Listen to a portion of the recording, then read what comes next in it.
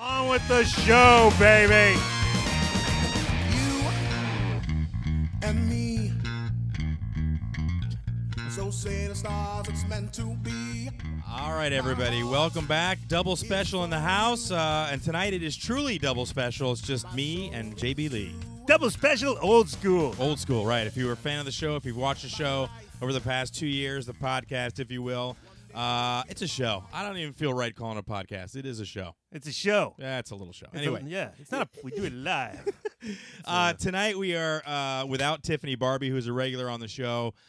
Regular. She's one of the co-hosts. She's a regular. Why would you demote her to regular? I don't know. Marty's a regular. Okay, you're right. You're right. Yeah. That's fair.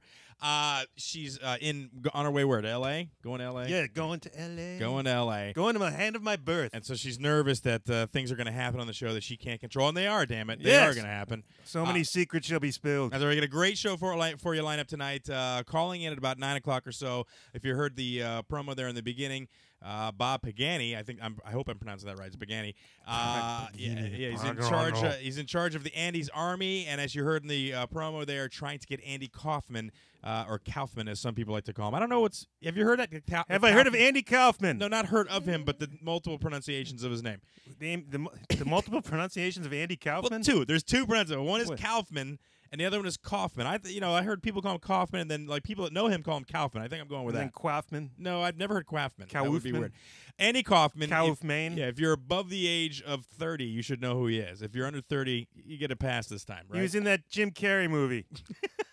He was. I think he really was, though. I mean, I've heard a lot of people talk about that. Spooky stuff. Anyway, Andy Kaufman, famous for Taxi, SNL, a slew of other things. And then he died and disguised himself as Tony Kirsten Clifton. Shaw.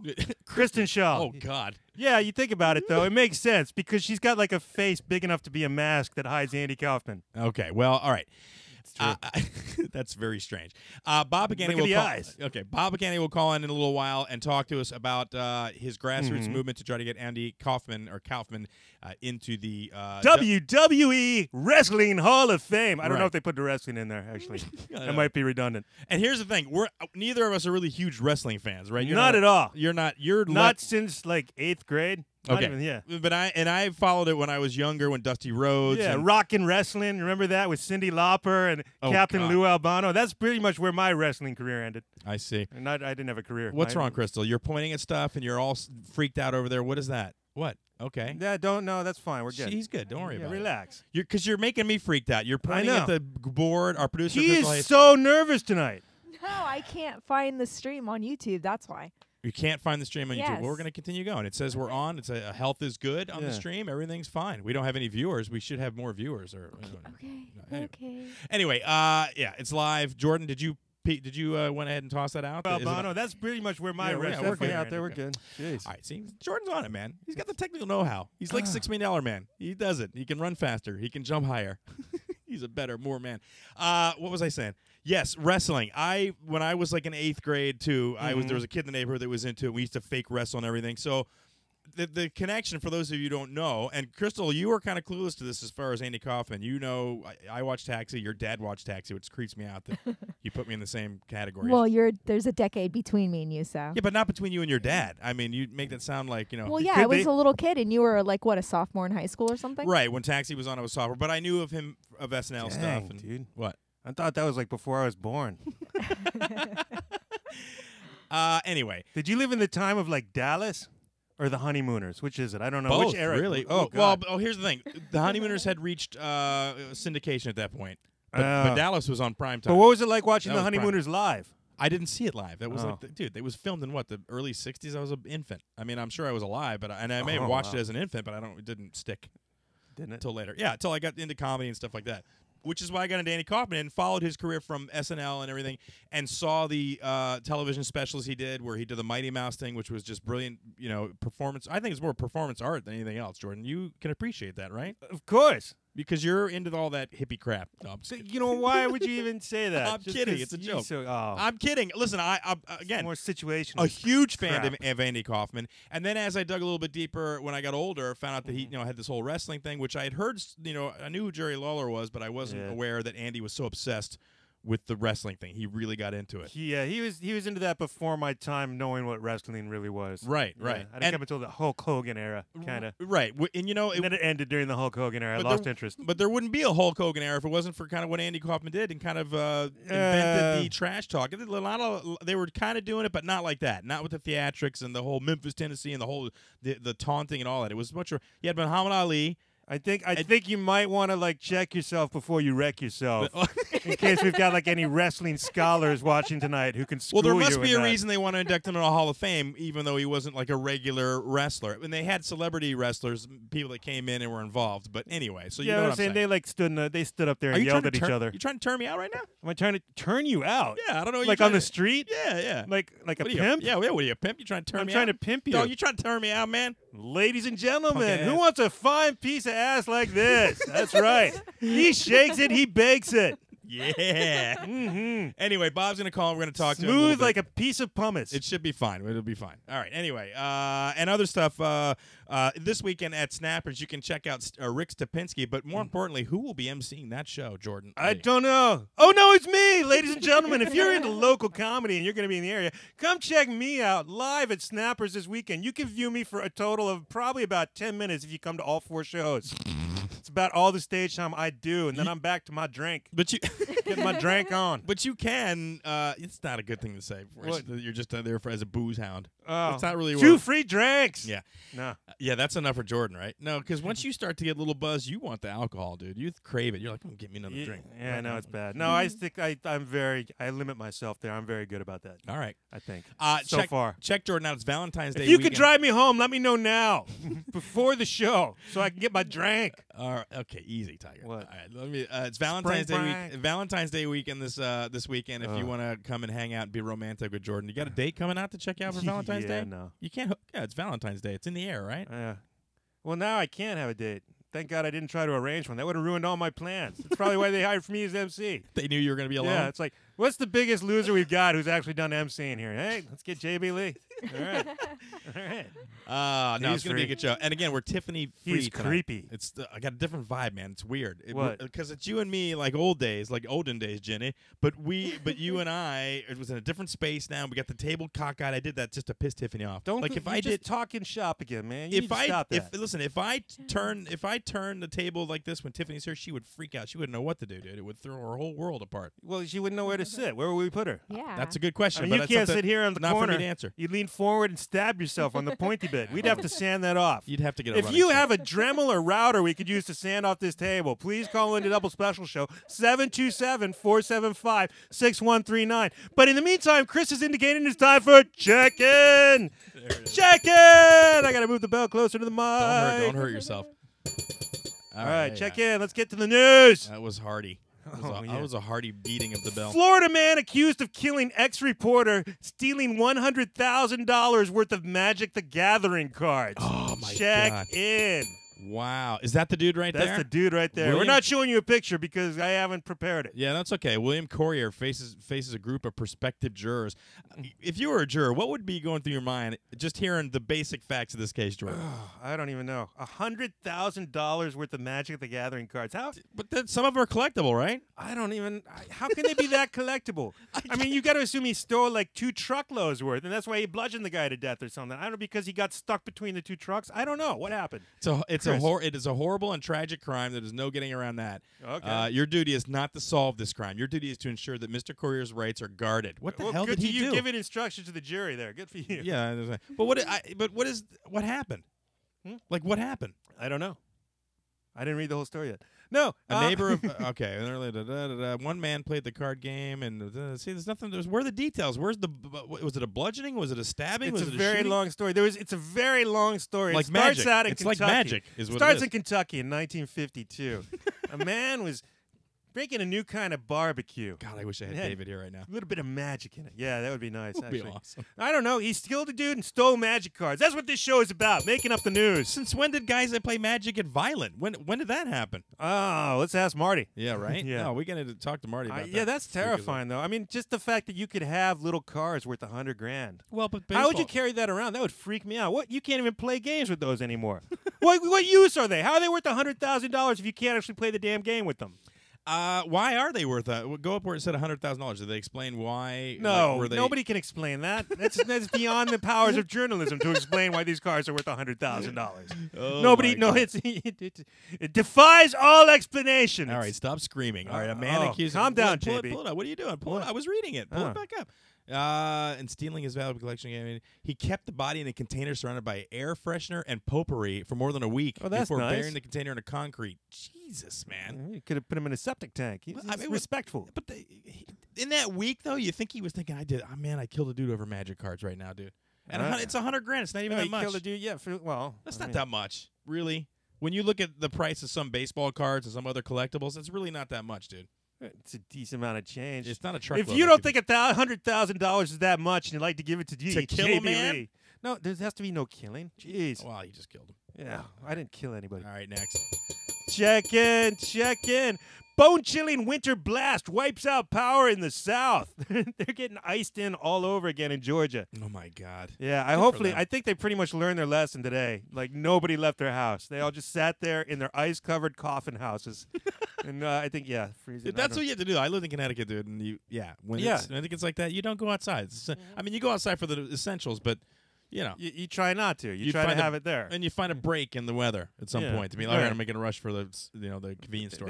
We have no idea down here now. I do. I could do it, but if it snowed here, I mean, I would not leave the house even if I was totally comfortable with going in the snow because all the other people would be out in the snow. You have all kinds of issues, neuroses. Yeah, yes, neuroses. Yeah, all that crap. God, why do you have to bring it up all the time? Well, you just brought it up. You wouldn't be able to survive in an Arctic blast. I wouldn't be able to survive any disruption of common services. That's what I'm saying. It's a winter blast. If Publix closed for a week, I would die. That's not an Arctic blast. I don't know how to make it to an Albertsons. They're too far away. Oh, for God's sake. What? Next. Sorry, Atlanta, you're boring. Next. Check in. Maryland proposes a law cutting off all water and electricity to the NSA headquarters. Oh, crap. Check in. Why are they going to do that? Why? Why indeed? Were they... they were probably spying. Think they're mad at him? You think? Okay, you think like they were NSA was peeking in Maryland's window one night? I'd like to say, if you'd let me, I think that they maybe the NSA got into their business and said, you know what? Oh, you're not doing things quite correctly. We have some wiretaps. And they're like, all right, we'll cut off your water. What do you think of that? So what do you think the NSA was criticizing Maryland for? Was it like the state of their dress? Do you think Maryland's jeans were hanging too low with their undies hanging out? I just told you, the water and electricity the power company. NSA was all, you better come correct, son. That's right. You come correct, Maryland. This has turned into like a way too ghetto show for me, dude. What? You've never talked like this around me, and all of a sudden now you're throwing down like you're Jay-Z. What the hell's going on with you? Well, Tiffany's not here, so somebody's got to be racist. I don't No, but I don't understand. You're cocky tonight. I like it. I like part of it. I'm a working comedian. I'm allowed to be now. Oh my God. I'm an MC. Okay. $25 a show. You're hurting my ears. All right, go ahead. Next one. Well, we're not done. We're done with that. We don't have any more about the NSA. But you're not going to click on it. No, because we make it up. No, I would like to know the actual story. Maybe people that are listening would like to know the actual story. You forgot about the new. The bit doesn't work for it. That's just for you and me. Fun. Yeah, we can't have fun together. No, Oh, there's got to be a woman involved. No. All right. Well, London Bridge. A group of legislators in Maryland has introduced legislation that would deny state support to federal agencies engaged in warrantless electronic surveillance in a move aimed at curtailing the National Security Agency's power to monitor and track citizens. I'm bored already. This is boring me. Why? I think it's cool. It's like, hey, dudes, we send you back to the Stone Age. We sentence you to the Stone Age or the 1820s, whatever. It's the same thing. But it's not. It's close enough. I would die either way. Seriously, can you imagine having to live like dodging horses and carriages? Because they didn't stop for people. Oh, crap. Look at that article right there. 8 Corvettes swallowed in a sinkhole at the Corvette Museum in Bowling Green, Kentucky. Bam. Check in. The Earth is like, I will take your 8, valuable, priceless Corvettes. Well, it's a Corvette museum, so if there's going to be a sinkhole there, it's probably going to eat Corvettes. Mm-hmm. You know? Mm-hmm. It's not going to eat like priceless Vermeers at the Corvette Museum, is it? No, it isn't. Yeah. It Corvettes. Isn't. Oh, this is a big one. For the last 22 years, I've been involved with repair and the You? sinkholes. Indeed? No, this guy. Whoever it is. Jason Polk, I guess. He's a geologist. Where is this at? Bowling Green, Kentucky? They got sinkholes there. We got sinkholes here, too. Yeah. Swallowing up buildings. Swallowing up everybody, but not Corvettes. Not Corvettes. That's when people start to get pissed off. That's kind of a Kentucky thing. Oh, there's the Corvettes. Look at that crap. I mean, it's probably took them so they can sell it for meth. That's what the ground does up there. All the sinkholes in Kentucky are on meth. That happens here, too. Yeah. Dude. I'm not sure. The sinkholes are on meth here? Everybody's on meth here. I thought the sinkholes were more like bath salty down here. What? Nobody's doing bath salts anymore, dude. Oh, Please. sinkholes are a little behind the time, dude. They live underground. Keep it going. Keep it going. Check in. Time Warner Cable says users might not want faster data speeds. Why in the hell would they say that? They're in denial. They're in denial, says Chris Gorges. I can vouch personally that we would like higher and faster stuff, so I don't have to stuff still loading. Remember though when you first started using the internet and you had the pictures would load a bar at a time? I mean, my God, yeah. Do you remember when like porn was like if you tried to download a porn movie, it'd be like a 20-second clip that you had to spend 10 minutes downloading, and then you opened it up in your Windows Media Player in like a little postage stamp window. God, how did we live back then? That's what I'm saying. Now I don't even know how I survived. We're complaining now, and it's pretty damn fast now. Yeah, it's not fast enough. See, you're still dissatisfied. Yes. You're Why? There's like seriously because the high def stuff on like Pornhub, it like skips. You know, Well, or stutters. I don't need that. Yeah, no, but I shouldn't have that. No, you're right. But they're saying that not everybody needs that type of capacity that a direct fiber network. Crap. That's only people without hands. I think where they're coming from is it would cost them more money to put this whole fiber network down for just a few people. A small percentage of their customers really need the fiber optic. I'm sure they could sell it to people, and people go, "Yeah, I need the fiber optic. I need it. Yeah, no, everything you say is great." But are they really going to utilize it? Yes. No, not. You don't know how they could utilize it. What they're afraid of is that people will drop their damn cable subscriptions. No, you're right. You're which right. we've already done here on the Double Special Show. I agree. No, but we go through a cable company to get our internet. So because we have to. That's the only ways you can get the damn internet. Well, that's what I'm saying. But they still have us in some capacity, just not in the full cable. Right. Well, they're afraid that if they give us more internet, that will be even more people will drop it because it makes more sense. Like, why would you have stupid cable when you can just watch whatever you want on the internet? It's true. It's I awesome. agree. Yeah. Nope. Jordan has shown us the light, and it's been a wonderful thing. Mm-hmm. I love the internets. No, and it could be, awesome. yeah, and it could be faster. You're right. It could be. Yeah, for some especially things. your stupid DSL. Well, we can't get the what's the one we're looking for? Fios. The Fios. Yeah. Is it? It's Fios with an Yeah, F. it's like Fios. we're like the only area in this entire state that can't get Fios, which is beyond me because we're like super central. Yeah, right. It's not like we live in the woods here. It's Tampa Bay area is pretty populated. They can't seem to. Conspiracy. It's like it's a Fios dead spot. conspiracy. We're in the Bermuda Triangle. Sabotage. What do you think Tiffany's? Is Tiffany on the plane right now? You think? She actually had a weather delay, so I don't know if she's on the plane or if she's sitting at Tampa International. If she has a weather delay and she's sitting at the Tampa airport, which is literally a half an hour from here, and doesn't call the show, something's gonna happen. There's be problems, dude. No, it's gonna Be a mess. Yeah, it'll be Messes. right. People get messed up. Something's gonna happen. Things will happen. I don't know what. Explosions. Figured it out. In a little bit, we're going to have Bob Pagani going to call in, leader of the Andes Army. That should be a great interview. Sean Purvis almost came in, but I got I don't know how long Bob's thing is going to go. And we'd rather have Sean here when Tiffany's here because he gets all like scrammy on her. Yeah, it's going to be awesome. And that'll be next week. And also, Crystal, our producer, who's been cranking out on Twitter, who set this whole thing up with Mr. Pagani, is also said, no, it's Pagani. I'm telling you. Pagani, No, I Pagani. watched the video with him and his friend, and his friend who's known him for years called him Pagani. I'm going to go with that. Okay. I don't like saying it. Okay. Bob Pagani. Pagani is it's Pagani. Don't mess with me, dude. Crystal, you set up an interview next week for a guy that works with the Colbert Report. He is the comedian who opens the show, warms up the show. What is his name? Correct. It is Kevin Bartini, Yeah, and you can catch him on Twitter at Kevin Bartini, Bartini. So we'll have him call in and he'll talk to us. And I'm interested to talk to him because I saw a whole little short film about guys that open up for sitcoms, and I'm wondering how different it is for the Colbert because they don't. It's not like they have huge sets they got to do but for sitcoms they have to switch sets and do the change of lighting and everything. So this guy, the guy that I read about and saw opens for sitcoms, he does like more like improv games and stuff like that. I'm wondering how it'll be interesting to talk. Kevin Bartini. That's right, Kevin Bartini next week. He also owns a bar. Actually, did you know that? No, I didn't. It's called Kevin Bartini. Well, he owns a Kevin Bartini, but it's called Kev's Tavern. What? Are you serious? No. Oh, I was gonna. That was almost leprechaun you right there. Like leprechaun? Seriously? Why was my name? All right, never mind. Bartini. I thought maybe you took some initiative and looked him up. That's ridiculous. No, because I thought it was somebody else. Are we done with the bell ringing now? No, I guess not. Never. Okay, yeah, we're done. Okay. You're listening to Double Special. The phone number is 727-475-6139. I usually give the phone number out during the show or in the beginning of the show, but I wanted to wait a little bit because we got some stuff lined up. But we got a caller. Oh, okay. Well, let's go ahead and take the caller. Jordan? Welcome to the Double Special Show. Caller, state your name and purpose. This is Red Snapper. Oh, crap. This is Red Snapper. Jordan, do you know who this I is? wasn't sure if this was a Skype call or if this, because I set up my Skype because I wasn't sure if it was Skype or phone call. So I just knew this is the number I called. So am I supposed to hang up and go to? No, you're fine. We're doing audio. Oh, we're good. Yeah, we're on audio. It is a Skype phone call, but we're not using the video because We're scared. We don't know how it'll screw up our whole show. yeah, those other guys do that. Oh, okay, that's good. That's good. And we were always in the radio thing. On the line right now, we have Red Snapper, who is also known as. Do you know Jordan? Who is she called? Sonia. It's not Sonia. Oh, No, I'm known as Ruby Tuesday. There it is. Oh, Ruby Tuesday. Miss All right. Ruby Tuesday, who is tied into the whole Bob Kennedy thing because you actually wrestled Andy Kaufman, the Andy Kaufman. Yes, I did actually wrestle Andy Kaufman back in 1981. 1981. I was in high school, and that's, like I said, when I kind of got into wrestling. And where did this event take place? Was it in New York? Was it in the South? Where was it?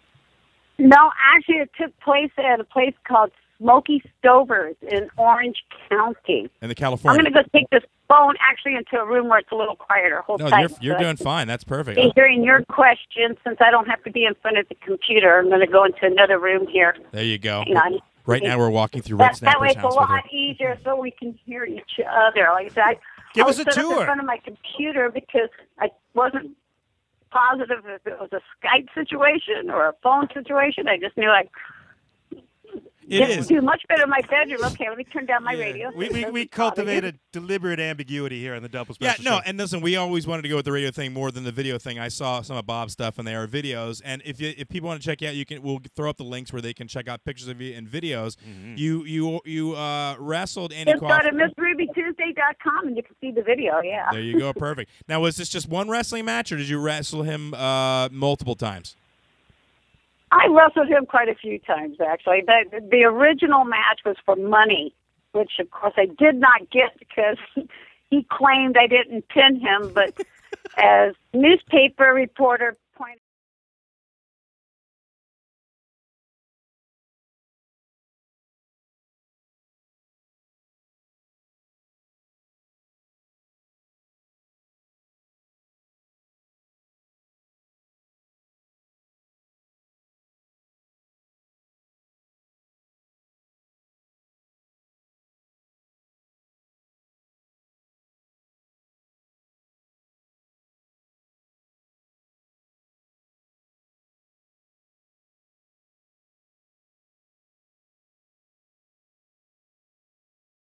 he wanted to, I guess, make people mad I think by going after the women. well, yeah, definitely get a reaction at that time. Yeah, that was not really the.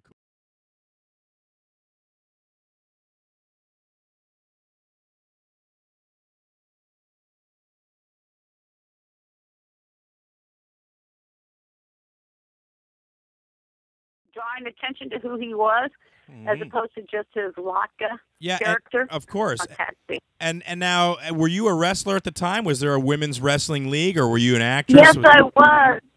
Actually, I was working at a place called the Tropicana in Hollywood, which was female mud wrestling. Nice. And I was also a hairdresser during the daytime at ABC Studios, which, Taxi was an ABC show. And at the time, I was working on General Hospital, et cetera, and Barney Miller, Benson, Fridays, all the old ABC shows. That's all my favorites. Word had got out that I was mud wrestling at the Tropicana at nighttime when I would get off work. And Andy pretty much challenged me. He's like, oh, you think you're hot? You think you could pin me? And I'm like, I know I could pin you. And he's like, okay, well, I'm offering $1,000 to the first female who can actually do it. Nice. And I'm like, I accept your challenge. So,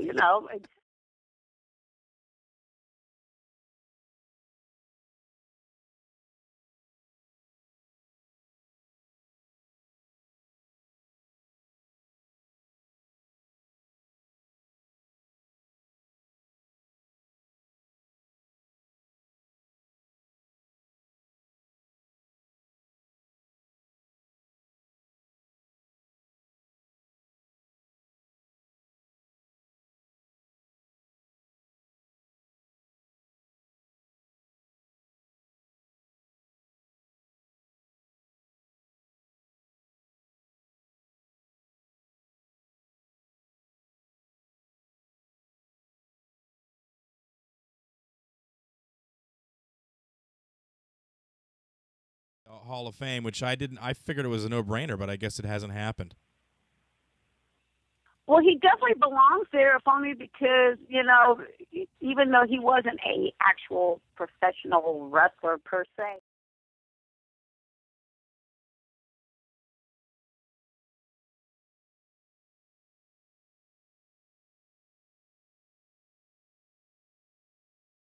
Women against the women.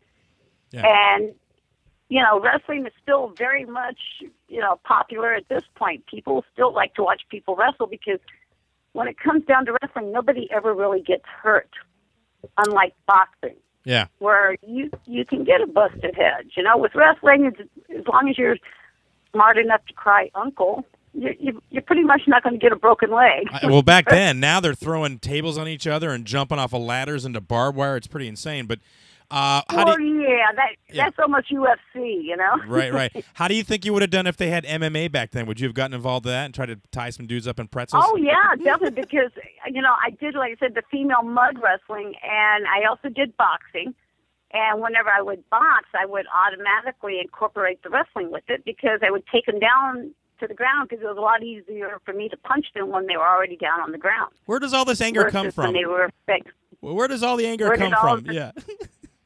It's not anger. I'm just kidding. A tomboy. I'm kidding. I'm joking around. You seem like a lovely lady that likes to beat people up in mud and punch them, but then do their hair. So it's a nice combination you have going on. And do their hair and make them look pretty afterwards. Yeah. Afterwards, you're like, look, you're all fixed up. I love you. Now, I'm excited to talk about Bob because as I started to dig a little bit deeper about Bob, I realized that he was a member of, worked with Alan Abel, who did just some amazing hoaxes and Bob some really fun. Are we talking about right now? Yeah, Bob Pagani. Yeah, now see, I don't know who Bob. I don't believe I've ever met a Bob Pagani unless I see him face to face. The name itself, doesn't ring a bell. All right, but well, Bob Zamuda, that rings a bell because he was the referee when I wrestled there. Right, Zamuda was friends with Andy Kaufman. Bob Pagani actually is the one that leads up this Andy's Army thing to get him into the Hall of Fame, and he knew Andy Kaufman. Okay. Right, he knew Andy Kaufman and kind of introduced him to another fellow who got him in touch with some wrestlers and got him into the wrestling world. So they're all kind of interconnected. I thought you guys knew each other. I figured it was sort of like just a natural progression. On Twitter, I've been getting the messages from, I guess, hashtag Andy's Army. Right. and then also from somebody else who, has been contacting me, which gave me this phone number that I'm speaking to right now. Yeah, that's Crystal, our producer. She hit you up on Twitter, I guess after talking to Bob and everything. But maybe he's full of crap. Maybe he's not. Who knows? I mean, he seems to be legit. It could be a hoax. It could be a hoax. Yeah, right, exactly. Anyway. It could be a hoax. Well, there's a few hoaxes going on regarding Andy, so who knows? Well, which ones do you? Well, that's a good question. I mean, you met him a couple times. Do you believe any of them? Do you think any of them have any credence? Well, I kind of knew Andy on more than just the wrestling level. So, okay. There was a lot of things there about Andy that may have, make people scratch their heads, but I learned from knowing him that, the stuff he was saying to me didn't actually sink in until after he passed. And then it was like, oh, that's what he was talking about. That's what he was talking about. Oh, shit. That's going to be right. That's going to be everything that everything that my co-host has ever said to me. That's what after he dies, I'm gonna be like, oh, now I get it. He was actually quite a wonderful person, and he was a genius. There was a method to his madness, I guess is how I could put it. He knew what he was doing. He knew what his goal was, and he definitely attained that goal because here he is, we're coming up on the 20th anniversary. Yeah. No, 30th. No, listen, it's coming up in May. Yeah. I have 25th anniversary, yeah. Yeah, I have a friend who worked in L.A., worked at the Comedy Store, and totally went back to L.A. to go see if he was going to come back on the anniversary. And he said he would come back in 20 years, or whatever. He was there at that party waiting.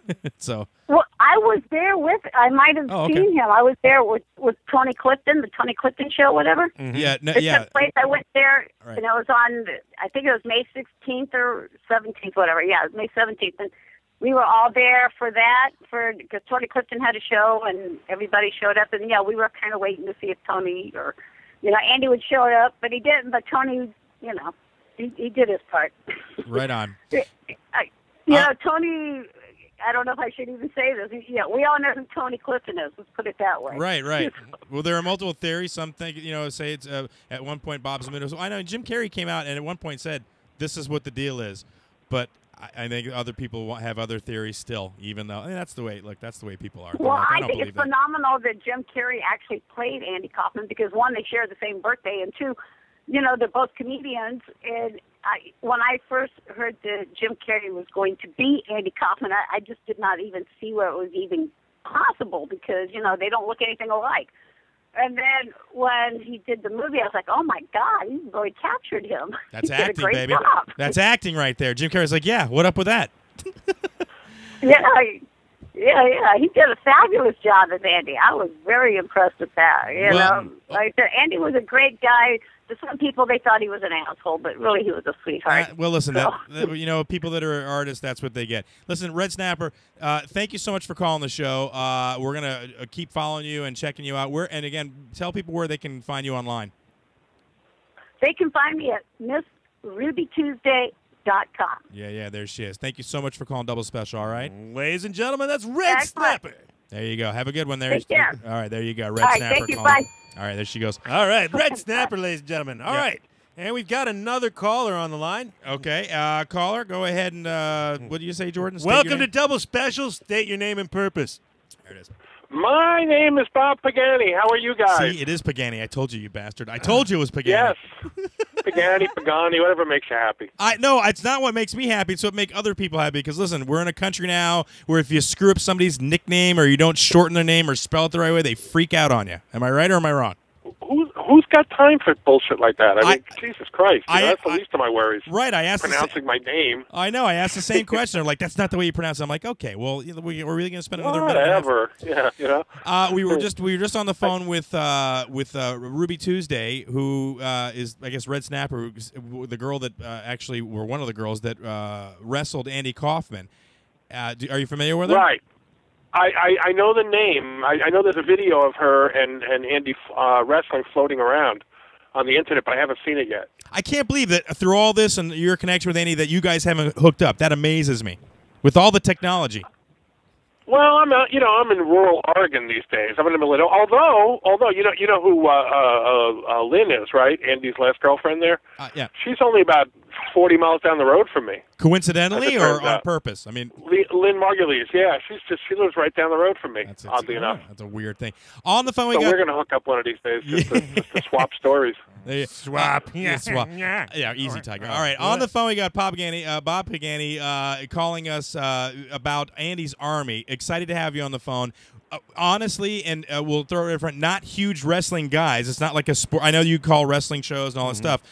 Just a bigger fan of Andy Kaufman. And then after reading about Andy Kaufman and your relationship with him, an even bigger fan sort of off the side of you and Alan Abel's excerpt. I mean, okay. Yeah, now we're talking. Yeah, no. What do you want to know? All of it, dude. I mean, the hoax, the stuff I read about the hoax is because I'm familiar with Andy Kaufman. I'm 48 years old, so I know of his work, and I knew of his wrestling stuff. I knew about the Lawler stuff and saw all that stuff live on television when I was in high school, but didn't really know anything about, later on I watched Comic Relief and I'm like, God, that guy looks familiar. It was Bob Zmuda. Then realized that he was kind of working with Andy and they were into like pulling pranks and stuff. Then find out that you've done a few pretty big pranks yourself. What was the last biggest prank that you did? Hoax, if you will. Okay, the last big one was with Alan about 6 years ago, where I flew to Nebraska, pretended to be the winner of the then world's largest Powerball jackpot. That's awesome. It was what was it? $365 million, I think. Oh my God. It was it was for the thing to promote a book that this guy had written. It was like a self-help book. So he was financing the little project. So it was, as typical with Alan, I get a call from him one night and saying, we're going to Nebraska tomorrow. And I was like, we are? And he goes, yeah. The Powerball just came in, so we're going to do it. Like, okay. So I have to just wake up and get my ass to the airport at Portland and be ready to go. And we met in Omaha. We hooked up in Omaha and drove over to Lincoln because that's where the winning ticket had been sold. And the premise was that I was an out-of-work truck driver, that I did long-haul trucking, and I had recently moved to that area. And I had just bought this ticket. I picked the numbers at random by opening this book, this self-help book, just to random pages. and those were the numbers that I played and that I had hit this thing. And we drove around Lincoln. We were looking for like a little mom-and-pop diner or something. We didn't see anything we liked. We didn't want any place that had a bar in it or anything. So we ended up going to a place called the Village Inn. It's kind of like a Denny's. Yeah, we have them here in you know, Florida. or yeah, okay, or Marie Callender's, that kind of thing. And we went in there, and we handed the manager $2,000, and we told him that I had just won the Powerball, and that I was celebrating by buying everybody in the restaurant lunch. That's awesome. And we also said, you know, we don't really want to make a big deal out of this, knowing full well that he would do the exact opposite. We didn't have to, you know, we didn't have to plant any seeds ourselves. And so I went to the men's room, and I'm saying, because this is, I've had more what the fuck am I doing moments with Alan Abel that I've had in the whole rest of my life put together. And I was sitting in the bathroom, and I was having one of those moments, and I'm sitting there going, what am I doing? I have to go out there and do what? And the manager actually came in and said, are you coming out? Because, like, everybody's waiting to meet you. And I'm like, okay. So I came out, and within 15 minutes, I had 4 TV cameras pointed at me, a radio microphone, and a print reporter, all throwing questions at me at once. Somebody's next to you doing an EKG, and they're taking your blood. And Oh, it was bizarre. It was, you know, you hear stories about how if you win, immediately people come out of the woodwork, you know, cousins you didn't know you had, and all this, you know, people look at a piece of it. And, man, in the 2 hours I spent in that restaurant, I had people pitching things to me, giving me business cards and charities they had going, business. But I had excuses saying, well, you haven't gotten the check yet, you know, so I can't commit to anything. I don't have the money. They went, yeah, I understand. But just keep it's shameless. So it was just insane. It was in, obviously, the local paper. It was in the Omaha World. And while I was in the restaurant, we actually got a call at the restaurant. They wanted me to fly to New York to do Morning America. Wow. But what happened was it was a Monday in February, and it was President's Day. So we were lucky because the lottery office was closed that day, so I couldn't have been expected to go to the office to, you know, confirm my win. So we had a day to play with, but we knew the next day odds are the real winners would come forward, you know. So I mean, it would have been fun, but I'm thinking, no way in hell. I fly to New York and I get there, and then I'm going to fly my ass back. Just leave me stranded. So I had to pass on that one, but it was amazing. That's awesome. It was tons of fun. So but I mean, I've done so much stuff with Alan. God, I know you're. I was reading some of the hoaxes. You're actually in the Museum of Hoaxes. This website this guy put together of like, and he covers like some of the huge, you know, like historical. Jordan, you know, like the Bible. Oh wait, what? Sorry. Okay, easy. But yeah, involved in a lot of stuff. But you're not. Listen, you've had a career of your own. You started in radio, and then you moved on. Were you involved in wrestling, or just sort of knew some wrestlers? Yeah, no, I was. Andy died in '84, and just again through coincidence, like every interesting thing that's ever happened in my life, I was doing morning drive radio in Allentown, Pennsylvania, in the Lehigh Valley area, and I met a guy who was a local wrestler named Don Drake. And I ended up, he's mentioned in Mick Foley's first book. Mick Foley talks about him pretty highly because they worked together in ECW and a few other places out of Philadelphia. And so I got involved with him, and I became a manager doing stuff with him for, you know, so that was just within months after Andy died, just fell into it. And you know, so we managed to get ourselves into People Magazine. You know, just oddball local crap, you know. There's a video of me managing in a match and then doing some really funny in-studio stuff on YouTube. Nice. I saw the video. I saw the Slycraft Hour, which was very funny, with Andy doing a Russian voice, which was cracking me up. Have you seen the whole thing, or did you see the edited version? Well, I watched whatever was up on your website. The link on the Slycraft Hour, or actually on the Media Guy. What was it? Cranky Media. Okay. Well, that's the whole. I think that's the whole thing. Yeah, I watched the whole thing. So. No, I'm a sucker for that. Yeah. That was. Yeah, go ahead. That was such a bizarre story. I wouldn't have the balls to tell this story if I didn't have eyewitnesses to it, because it's not believable how I met him. It isn't believable, except I have like 4 or 5 witnesses who will confirm it's exactly how it happened. That's funny. Because, I mean, there's no reason anybody should believe it. You should think I'm a bullshit artist for telling you this. Well, tell me. I want to I want to not believe. All right. I was a big fan. I loved his stuff. I went to the Carnegie Hall show, and I think that was 78 or 79. Yeah. And so now it's 81, and I'm doing this dumb public access show with a friend of mine based on this idea we had about imaginary company that made, dumb products, and we actually got a book out of it in '84. But so we were doing a local cable TV show in Manhattan based on the premise that we were vice presidents of this company. We would go on there and demonstrate the products, and we would have guests on and so forth. So, it's if you've seen Between Two Ferns, you've ever seen that podcast? Yeah, Between Two Ferns, sure, certainly. Zach Galifianakis, yeah, right? Great okay, stuff. That's exactly what he's parodying. Exactly. Nice. The studio with black and white cameras and literally 2 potted plants. Just classic, horrible '80s public access TV. Right. So we're doing this thing from this little studio on East 23rd Street in Manhattan. And I said to my friend and co-host Albert, I said, how could you get people to hear about this thing? Obviously, there's no production values. You know what I mean? We can't do anything spectacular. I said, the only thing I can think of is if you could get somebody famous to be on it, because why in the hell would they be on this thing? That's the key, I dude. thought, but who would do it? Well, Andy Kaufman, he might. He's just the kind of guy who just might do it if he had nothing better to do. So I wrote him a fan letter. And it was pre-internet, of course, so I wrote a letter. I didn't have any address for his manager or anything. I just sent it to ABC in L.A., and I mailed the letter on a Wednesday, and we did the show Thursday night live at 11 o'clock. You sent it the day So before? I mailed it what's that? You sent it the day before? Yeah. So we get this is where it gets weird. So we get to the studio, and it's Albert and I and 2 friends of his, Rick and Debbie, who were boyfriend and girlfriend, but they were playing a couple, husband and wife. They were supposed to be these very, very uptight right-wing Christians who belonged to a group called Americans for Moral Decency. And we would have them come on there, and that was basically their thing. They'd be just really uptight, and they'd be talking about Jesus constantly. So it's 10:15, and we're in the elevator, and we're going up, and Rick says to me, did you see who was getting out of the cab outside? And I said, who? And he goes, Andy Kaufman. Crap. And I said, oh, fuck you. Bullshit. Yeah, right. Yeah, no way. And he's looking at me like, what? I said, well, obviously you know about the letter I sent. And he goes, what are you talking about? And I turned to Albert, and he goes, I didn't tell him anything about a letter. And I went, okay, wait here. So they all get out. I get back in the elevator. I go downstairs. The door opens, and standing 2 feet in front of me is Andy Kaufman and his parents. Unbelievable. And I said, Andy, what are you doing here? I just sent you a letter. And he said, about what? And I said, about being here. And he goes, I didn't get any letter. I said, you couldn't have. I sent it to L.A. yesterday. You couldn't have.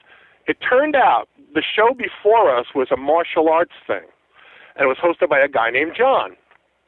And John had accidentally run into Andy the day before on Broadway. They didn't know each other. He was walking down the street. Andy's walking the other way. Hey, you're Andy Kaufman. And they get to talking, and they're chatting. And at the time, John's mom was in the hospital. And Andy says, where you going? And he says, I'm going to visit my mom. And he goes, oh, okay, can I go with you? Sure. What?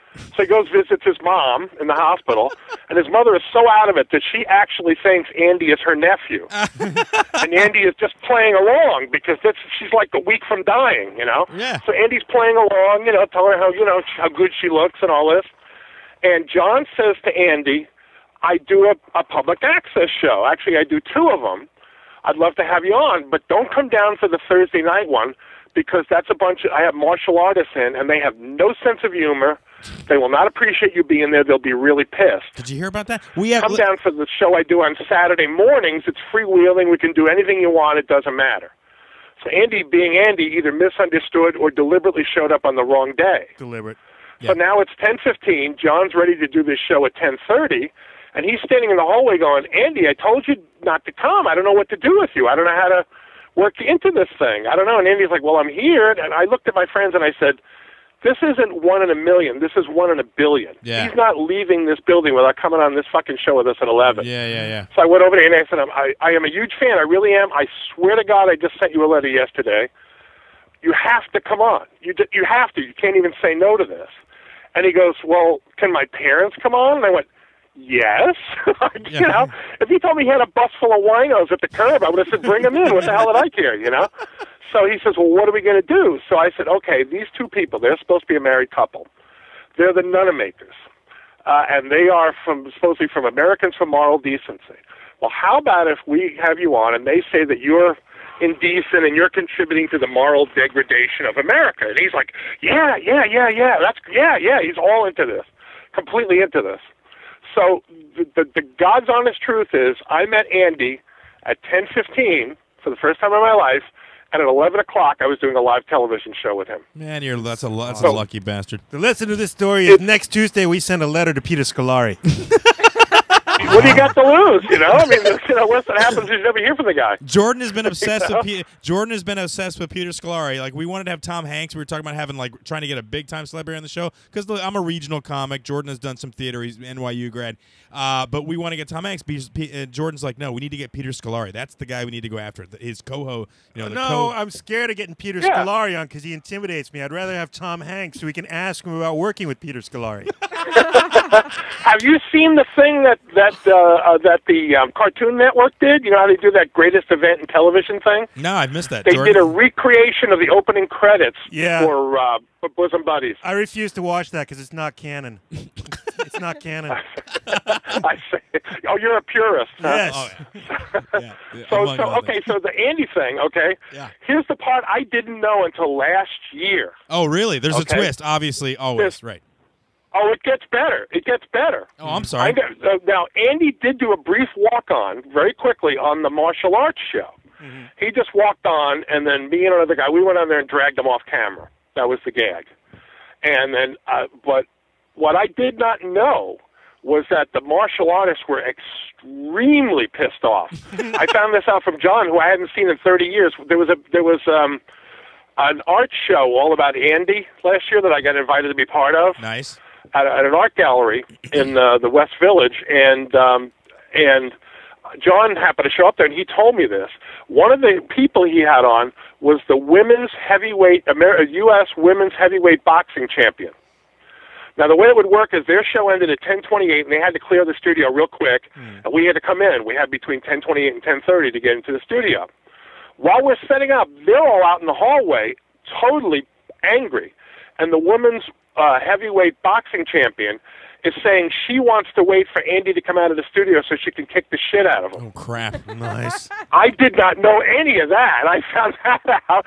That's why if you see the Slycraft Hour thing, the first 2 minutes are screwed up because the engineer, the guy who was engineering the show for us, directing it, had to go out in the hallway and ask them to leave because they were so loud it was leaking into the studio air. That's awesome. So that's why it's goofed up. But I never knew that. I just thought he didn't hit the right button. He was out there pleading with them to leave, to go out, go home. Right. Yes, Jordan. So, do you think that's where he got the seed planted, the idea to fight women? Do you think that inspired he him? was doing it before that. He was doing that prior to that. He just rustling But feathers. that's how the Slycraft Hour ends. For people who haven't seen it, the thing is he's debating the Nunnamakers, and his mom and dad were fantastic. They were great. Yeah. They were totally in the spirit of his father. Deliberately kept mispronouncing Mr. Nunnamaker's name. Yeah. Kept calling him Mr. Wanamaker, and it ends up with Andy wrestling the wife. Yeah, it's great. At the feet of his parents. Yeah. Oh, it's He's fantastic. literally at their feet, rolling around on the floor with her, wrestling her. I think That's how we went off the air. I think I laughed the hardest at the fact that Andy stayed in the Russian character but insisted he was Andy Kaufman. And then at one point he goes, listen, I'll prove it to you. And he goes, Latka, thank you very much, in a Russian accent, which just, oh, my God, Right. it was hysterically His funny. brother, I met his brother Michael at the art gallery last year. He said he never saw Andy do a Russian accent before that or after that. He has absolutely no idea where it came from. He doesn't know why he was doing it. He didn't tell me he was going to do it. He just did it. And it's Andy Kaufman. I was so thrilled, that we were doing this with him. I didn't care what he did. He could have spoken in pig Latin. It didn't matter. I got a buddy It was just bizarre. I got a buddy that used to call our terrestrial show he's originally from New York or Jersey rather, but lived out in L.A. and does his character is Slovak, and I swear he ripped it off from Andy Kaufman. Not ripped it off, but maybe paying homage. But that whole Russian, you don't know nothing, brother. That whole thing, which I think the more guttural thing, yeah. Yeah. Well, another part that I had completely forgotten was William, who was the technical director of the show, told me he had to stick around and he had a couple more shows to do. And he said that he finally finished up about 1 a.m. and he had to lock up the studio. And he said when he left the building, he went out on the sidewalk and Andy and I were standing on the sidewalk, still arguing in character. And there's nobody around. There's nobody, it's 1 o'clock, 1:30 in the morning on the street. There's nobody there. And I'm telling him how he's wrecked my show, and he's defending himself, both of us in character. Nice. Like 3 hours later. It's like, okay. No, we're the same way. Jordan and I were in an improv group for a while. We trained with a guy that actually co-founded Second City with some other people in Chicago. And I love the art of improv. We had a public access show as well, where a lot of the things we had premises, but we just improvised. When you get that vibe, dude, it's easy. The fact, though, is Chris. Oh yeah, when you're in the groove. I mean, because obviously, he's going to be him defending himself. Right. They're going to attack him from a right-wing Christian point of view. Right. And my basic, my job is to direct the traffic. Basically, if you watch, you see me putting a lot of words in people's mouths, in order to move the story along, That and finally trying to confront him physically, which I thought was pretty funny as well. Oh, yeah. I mean, you just go with it. But so I said to him that night, I said, I have a friend you have to meet. And I started telling him about Alan Abel, and he goes, oh, I think I know who that is, he said. I said, Alan had just faked his own death about a year before this, in 1980. And he said, yeah, bring him. He said, I'm staying at the Hilton. Bring him over tomorrow night. So I said, okay. So I call Alan. I said, what are you doing? And Alan says, nothing. I said, well, you're meeting Andy Kaufman. Yeah, okay. So, like it's the most normal thing in the world. Sure, of course. Next. So I go over to the Hilton, and I'm talking to Andy, and Alan shows up a few minutes later, and they were talking about how he did it, how he faked his death, and what the response was, and what the mechanism behind it was. And another thing I only found out last year, 32 years after the fact, that all figures into the mythology of Andy faking his death. Because people who believe that say, well, he did meet this guy who had faked his death. Right. So that proves it, Yeah, well, so I was instrumental in that, and I never knew it. But that's not the truth. I mean, I know there are people listening. I believe it to not be true, correct. Yeah. I'm 99.9% sure. Oh, there was something that I read online that was pointing, saying, look, he wouldn't leave his family in the dark for that long. He wasn't that sort of a person. You know what I mean? It would be, No, he really wasn't. He really, whatever people may think of Andy, because that was one of the questions we got at the art gallery last year. People said, was he crazy? And I said, well, not in the way you're thinking. I mean, you can certainly argue that anybody who did the things he did had to be eccentric. But if you mean, was he schizophrenic or was he, out of control, the answer is no. He always knew what he was doing. He was always doing it deliberately. Right. And he could turn it off when he wanted to. It wasn't like, he was stuck in it. It wasn't any kind of, insanity. It was deliberate action on his part. Yeah, I think it's amazing that you got to experience some of his life with him, and I think the younger people won't get this, but I have a lot of comedian friends that can appreciate where you were and who you got to connect with, and now you're trying to get him. Now you're bizarre. And now you're trying to get him into the Hall of Fame, which I think is a good thing, and we fully he would have loved that. Okay, there's another weird thing. Okay, a couple months after I meet him, right, he calls me and he says, "Do you want to go to the wrestling show at the Garden?" Well, yeah, I would have gone anything with him, So we went to a back then a WWF show, and we were backstage. Obviously, he had gotten the tickets from the company. We were backstage, and we both met Sergeant Slaughter. Neither one of us had ever heard of him before. He had just started working for Vince McMahon. And there was a manager named the Wizard, the Grand Wizard. He was there, and Freddie Blassie was there. And we got to talk to all those guys. And then afterwards, the wrestlers all used to stay at a Howard Johnson's motel on 8th Avenue across from the old Garden, like up about 50th Street, right across from the Garden preceding this one. And we went up there, and it was packed. There was a bar, like, just off the lobby. And it was just, you got to picture Andre the Giant and midgets and, every freak in the place. So it was super crowded. So some guy who worked for Vince, who was like a public relations guy, says to us, let's get out of here. So we went over. Andy was a nut for chocolate ice cream. So we went over to a place on 6th Avenue that was open late, and we were sitting there eating ice cream, the three of us. Mm-hmm. And Andy says to the guy, since I was a little boy, it's been my dream to wrestle at Madison Square Garden. And the guy says, well, that's never going to happen. He says it very matter-of-factly, and Andy goes, why? And the guy says, well, some states have a boxing and wrestling commission, and some don't. New York State does. And they're a bunch of assholes. He goes, they'll never let that happen. They're just really uptight, and they'll never go for it. And Andy was just crushed. He goes, you just told me that something I've wanted to do since I was about 8 isn't going to happen. And the guy said, well, I'm sorry, I'm not trying to hurt your feelings. He goes, but that's the fact. They'll never let you do it. They'll never go for it. And then he really was just brokenhearted. And the guy said, listen, we're not the only company in the wrestling business. This is back in what they call the regional days. There were a lot of companies. Right. He said there's a company out of Memphis called Mid-South Wrestling, and they do some pretty off-the-wall stuff. You should get in touch with them. He said, I don't have the number on me right now, but here's my card. Call me Monday when I'm at work, and I'll give you the number. And that's the beginning of how Andy got in touch with Jerry Lawler and all that stuff came about. Yeah. Here's I just happened to be a witness to it. It was strange. Here's an even weirder twist. If you want a weird twist, now get this. We hooked up with you on Twitter, right? Kind of weird thing. You're involved with Andy. Andy's involved with wrestling. My co-host here actually has a connection to wrestling. Jordan? Vince McMahon. I went to high school with Shane McMahon, Vince McMahon's son, so I got leverage. Really? Did you? Yes. We've got leverage now, You're one friends. of the, what was it, were you part of the Main Street Posse? Main Street Posse? That was a Main Street. No, we don't have those in Greenwich.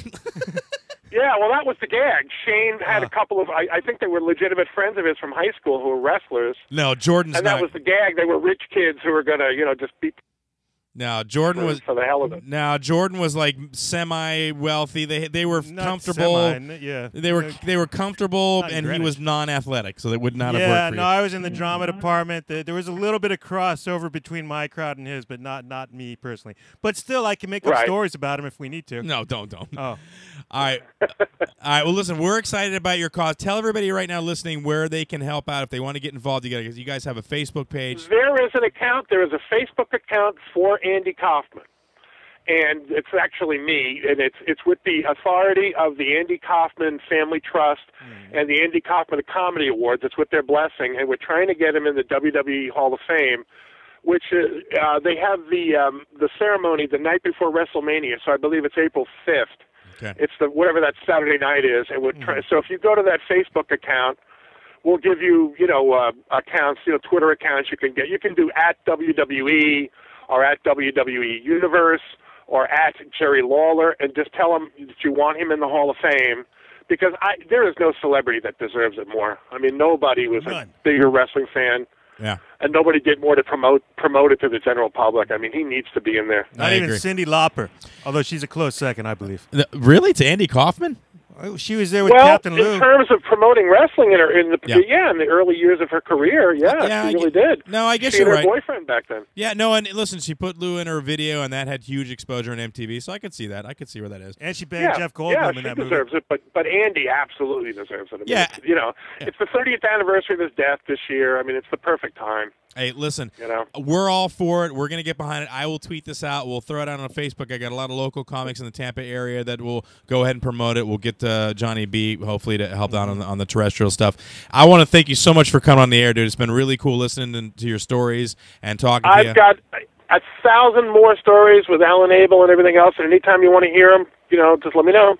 All right, definitely. Tiffany will be back in town. She's in L.A. this week, but she'll be back in town. I would love for her to talk to you. I want to hear what that conversation would be. I want to hear some. Okay. All right, cool. Tiffany's fun to lie to. You got it. Anytime you want. Anytime. All right, everybody. On the show, Bob Pagani, thank you so much for taking time out of your day. Tell them where to check us out again. Was it crankymedia.com or?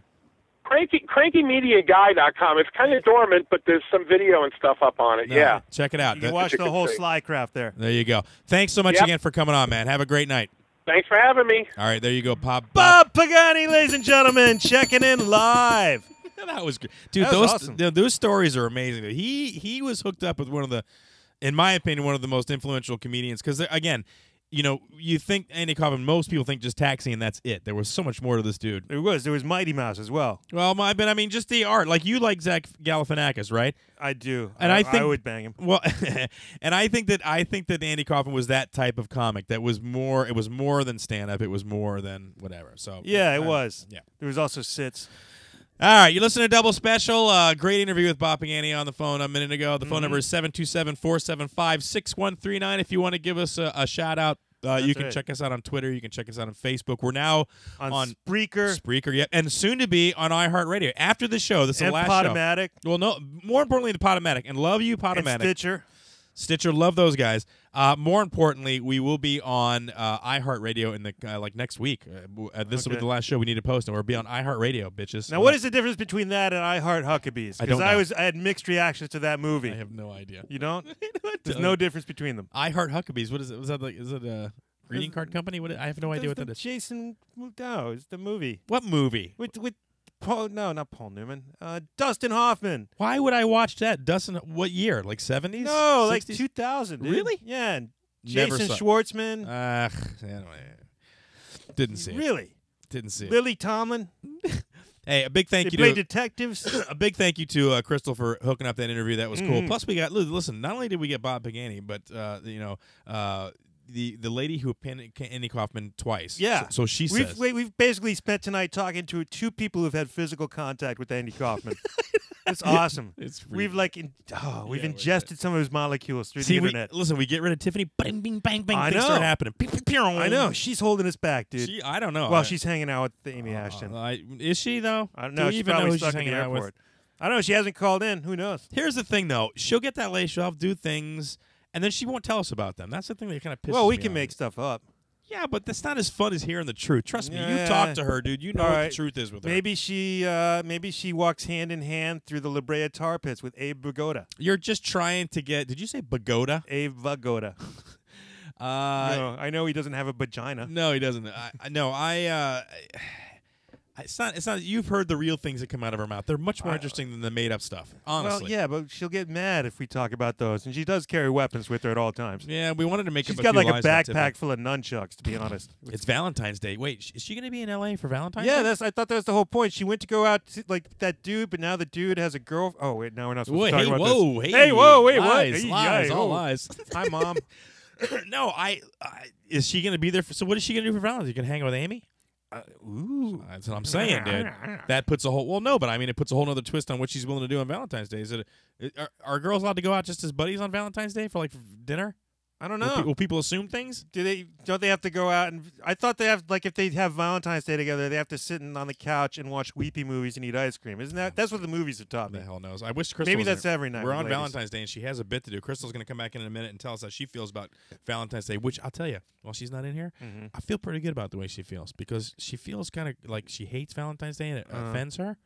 Which is good for me. Well, while she's not in here, do you actually have something planned? No, I don't. That's what I'm saying. It's Are you good not for me. doing anything for Valentine's? And we really listen. I'm not. I don't have a lot of money. Oh, Things are tight dude. right now. I mean, We're- I know all I right. can't get a woman in my life, but even I know that's Well, a let mistake. me put it this way. Listen, we're going up to the property this weekend, which Oh. is, as you know, every Floridian at some point buys like a deed of land somewhere. That's a or sweeping inherits it. generalization that I don't agree with. Okay, but yeah, I know you don't agree with anything. I get that, but it's up there, and a lot of people have them. Yes. So we go up there and sit around the fire. So I think something romantic might happen on the weekend. We'll get a little alone You time. gonna bang in the fire? No, I don't know. Not in Around the fire. You No. like wrap yourselves around the fire? Yeah, dude.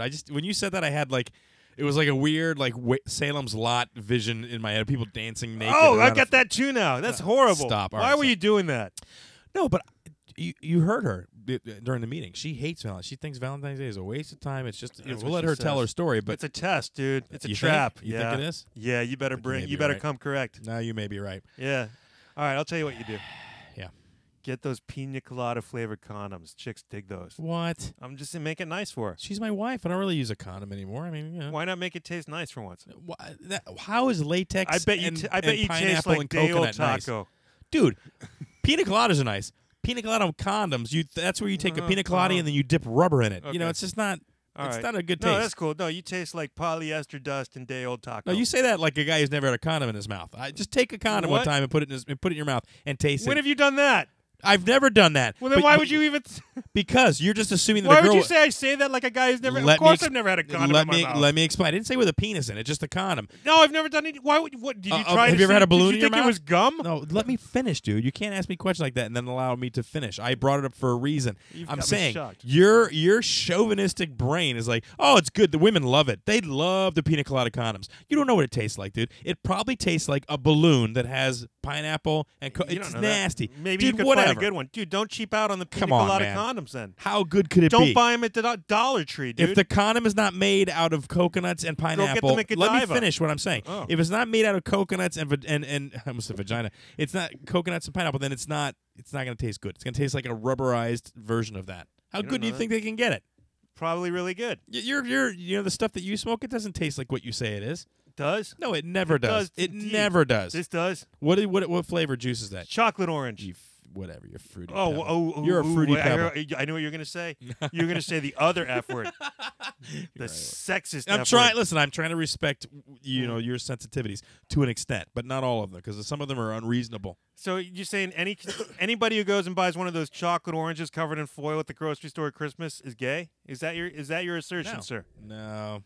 The man who's tasted condoms. No, I have not tasted condoms. You chewed them like gum. I have never chewed them like gum. You thought it was a double. No, but mix. I have had a balloon in my mouth when I'm blowing a balloon, and that tastes nasty. I'm assuming that the material that's used in that All and right. condoms is similar in nature, so I can make the assumption that it might taste the same. So you don't think But that adding, because you're so afraid that Afraid of what? that it may make you gay or somehow label you as a homosexual would if you put make a me condom gay? in your mouth and go, oh, I wonder what this tastes like. Since you just No, assume that women like it. I don't have pica. That's you why are I don't put condoms in my you're mouth. selfish. I don't eat inedible things. Obviously, I mostly eat edible things.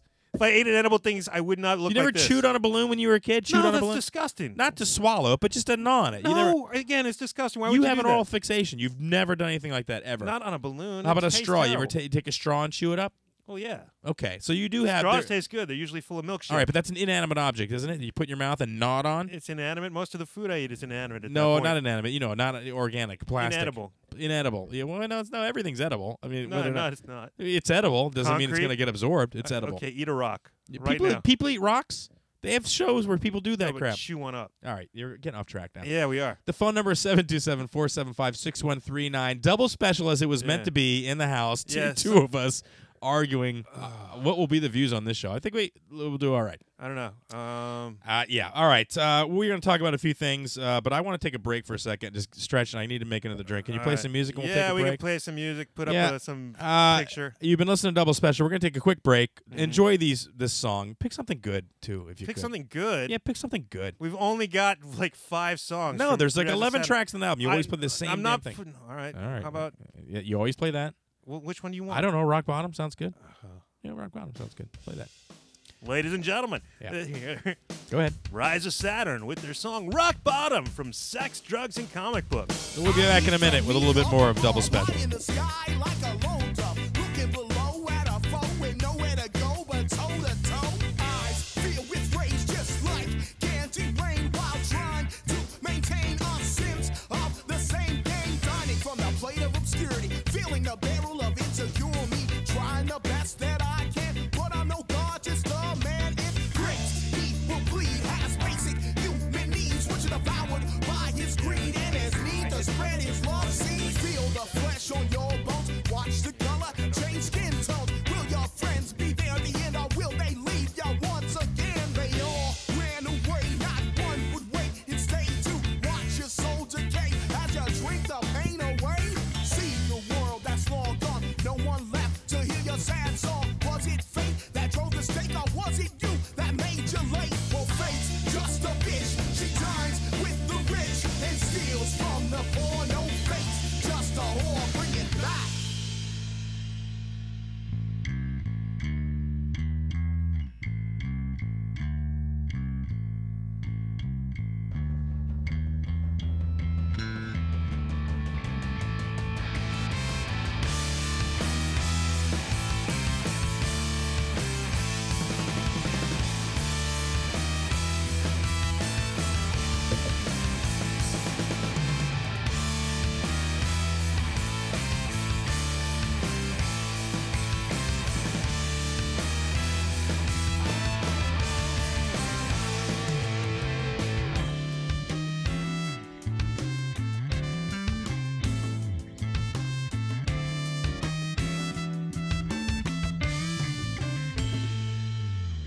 I feel the sun underneath. Nothing is left to keep my peace. Feeling the strain and trying to maintain the game inside you. But this is my pain. It feels like acid rain. My flesh starts to burn. But through this I learn.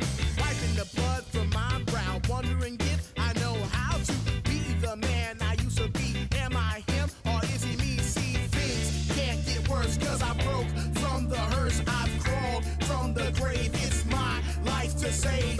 Promise of fame comes in a flash, followed by the flow of cash. Money changes everyone, but money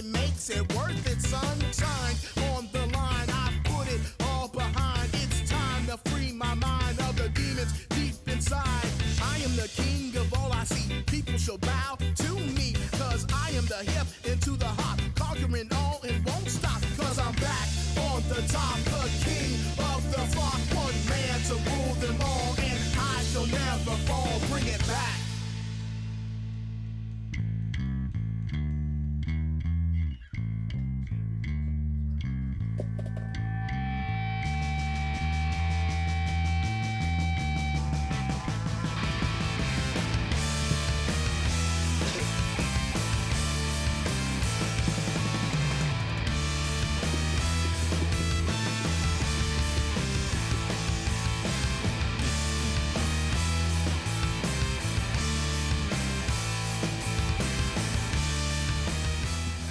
And we're back. That was Rise of Saturn with Rock Bottom. Official band of Double Special. Official.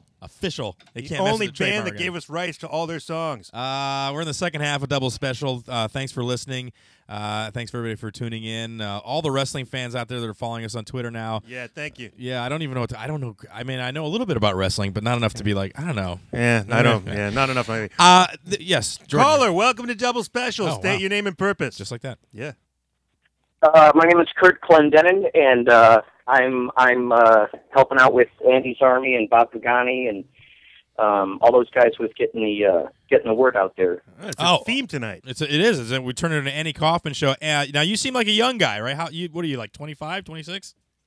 Tell us your age, boy. I actually just turned 40. Oh, really? Oh. Oh, you bastard. You sound great. Mhm. What are you doing? Yeah. Thank you. I think it's retaining a sense of curiosity. I think is pretty important towards retaining your youth. I suppose you could say. Yeah, that and I don't know, not doing crappy things to your body helps. Yeah.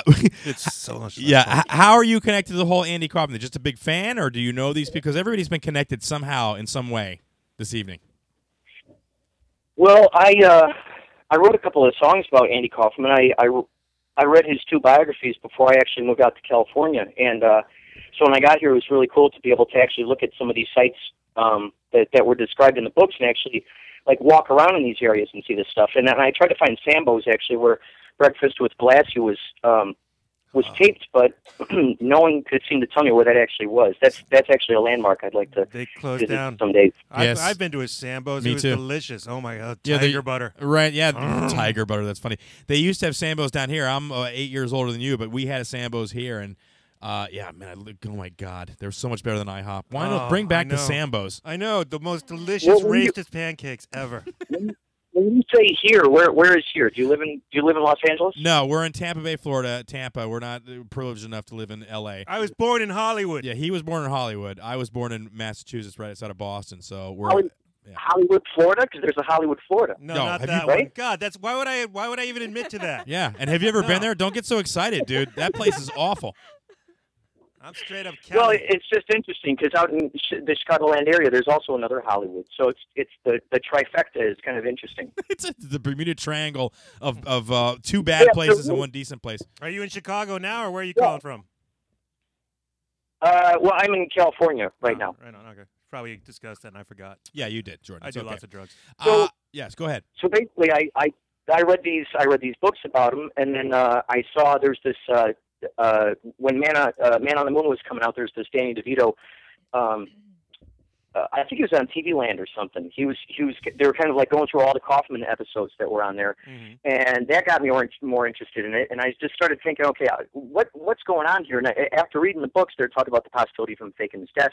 And so I started searching for all that online, which led me to AndyKaufmanLives.com.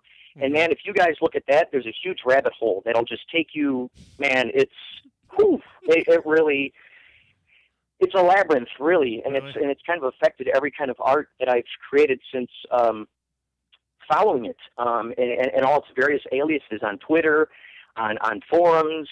If you look in archive.org, if you look in the Wayback Machine and you look up AndyKaufmanLives.com, you will see all the different incarnations and the huge evolution of this whole journey that went on between. It seemed like 1999, and well, until now, it's the song that never ends. It just keeps going. So Yeah. there are all these very interesting things that are happening at all times, and that led me to basically creating a couple songs about Andy Kaufman, and one is called Uncle Andy Lies, and I tried to find some clips online that were just kind of like not necessarily really well known. I wanted to find like the Dick Van Dyke episode and the puppet Tony Clifton. So I threw in some of that stuff in the music video, and I ended up finding I wanted to look online for any of his friends who might appreciate the music video, and I ended up coming across Bob Pagani.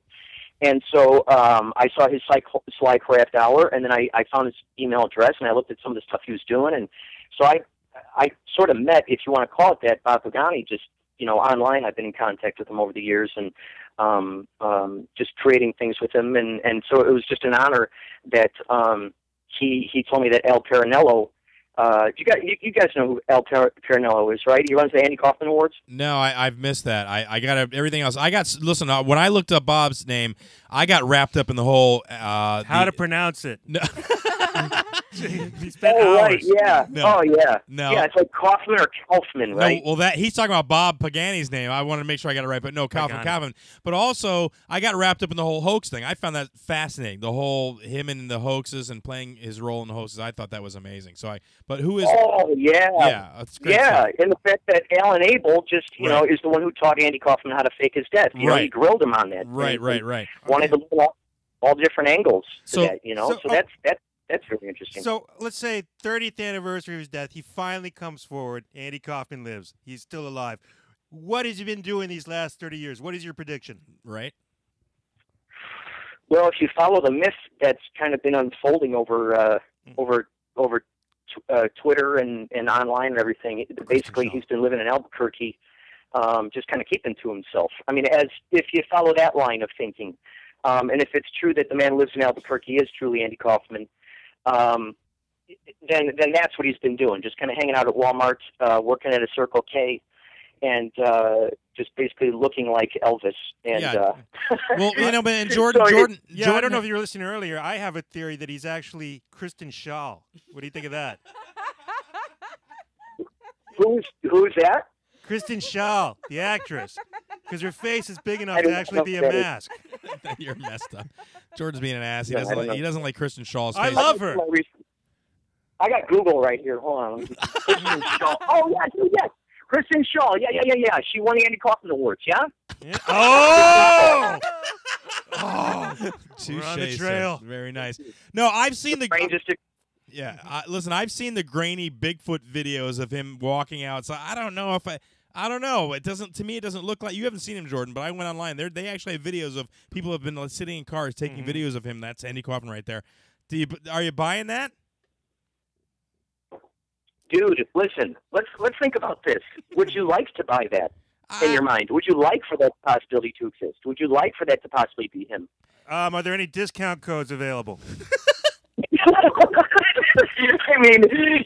mean, what's more preferable? The excitement of the imagination being sparked and those epiphanies hitting you, kind of like the idea that Santa Claus out there, or Bigfoot, or Loch Ness Monster, or UFOs. I mean, all that stuff kind of adds a sense of excitement and joyfulness. No, you know what it is? I'm a neurotic comic, and I would be afraid of the sadness of actually hearing him talk after all these years and thinking, "Oh my God, what happened to you, dude?" That's really my thing. Like I like the Kaufman that I have in my head, and seeing him now bloated working at a Circle K, I don't know if I could handle that, dude. Chris is the glass half empty and full of poison type of dude. Well, yeah. That makes sense. Yeah, it's kind of like the James Dean and Marilyn Monroe kind of thing. It's almost like that's what holds them a legend in everyone's mind, is how they died at that age, in that era. Yeah. That kind of. When the Rolling Stones retired, they should have stayed retired, because now when people go see them, they're like, "Oh my God, I'm seeing the Rolling Stones," and then right after that they go, "Look how old they look! Holy crap! I can't believe they're still trying to." Because I mean, if he came out of wherever he was hiding, wouldn't he? Everybody would expect him to do something. Please do something, Andy. Right. Well, and that's the thing too. It's like once it's revealed, then everyone is on to the next thing to watch. And what's so interesting is that his spirit lives through so much that's going on out in the world. We wouldn't have Jackass, we wouldn't have Tom Green, we wouldn't have Improv Everywhere. All those are thanks to the seeds of Andy Kaufman himself and what he, started as what people now call performance art. Right. And it was interesting. He was undefinable, something that no one could actually explain. And now we can explain it in a sense, because we see it, being copycatted and all these other things, which is phenomenal. which is phenomenal. So in a sense, his spirit is now bigger than ever before. I mean, he's actually everywhere, but many people are just now, slowly starting to uncover where that spirit is from. Well, the new people. Oh wait, Jordan's freaking out. Are you all right, Jordan? He's in my hand. I'm just kidding. No, Jordan is. Listen, we're both improv guys. As I said earlier, we took improv courses from Dick Shaw, who co-founded Second City. So I get the whole improv thing and the art thing. Well, what? We're connected to the father of the real Andy Kaufman. I know, it's like a Kevin Bacon situation happening we got going on. According to my theory. Yeah, no, but I mean, and I appreciate for me seeing when I was younger, I didn't want to be a stand-up. Later on in life, I decided that's what I wanted to do. But I totally saw the way that, with him and Steve Martin, the way that it didn't have to be just like Jerry Seinfeld. It could be other things. Comedy could be other things. And now you see that more, in more abundance. There are comedians that do other types of comedy as opposed to just the traditional stand-up. Well, yes, and not just keeping it up on a stage, but being okay with, audience participation is a big deal with improvisation. That's what makes that so much fun. Of course, we get back to the roots of yes and when you just grow it from there, it's just phenomenal, and that can also include the audience. That can include the plants that are hiding out there in the audience, the people hiding in the plants in the audience. So it could be all those aspects that are now included in this thing that people are just not expecting. They're used to someone up there saying a couple of things that are funny. Okay, there we are. Okay, and see you later. Here comes the curtain and goodbye. They're not used to like someone crawling under their seat and popping up at a particular time that the comic says something up on stage. It's what? Oh my gosh! Yeah. Like when Kaufman would Smuda out there, and Smuda would like repeat his words 3 seconds before he actually said his joke, and it was hilarious because like the audience was like, "How do you know this word for word? What's going on here?" No one had ever experienced that before, so it was like, oof, it was kind of jarring, And now that we see many more of those examples, it gives people so much permission to really stretch their own imaginations too. And it's even more impressive as a comic. I mean, when you see stuff like that, I think comedians and people that are in the business appreciate it even more. One of the big stories for Kaufman was when he took the audience. It was after the Carnegie Hall show, I think, in buses and went milk and cookies. Yes, I saw that documentary as well. No, but thank you, Jordan. I appreciate that. Where can people check you out online if they want to check out? Are you a working comic? Do you do acting, or what do you do actually? Well, you know what? I went to Columbia College in Chicago, which the artistic man, he's great, Sheldon Patinkin. He was actually one of the Compass players, and he actually I don't know if he's still in charge of overseeing Second City or not, but he's one of the guys who helped get Malkovich, and I mean he knows all the Saturday Night Live guys, but the old school guys. He helped them all get.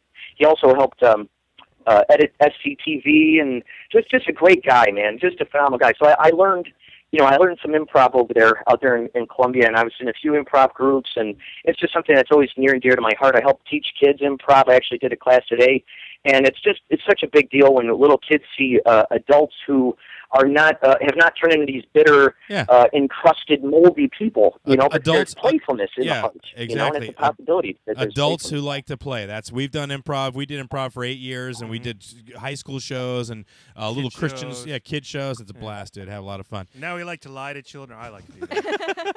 All right, well, listen, Kurt, thank you so much for calling. Thanks so much for supporting this cause. We're going to get on board with it as well and pump it up. Yeah. And, oh man.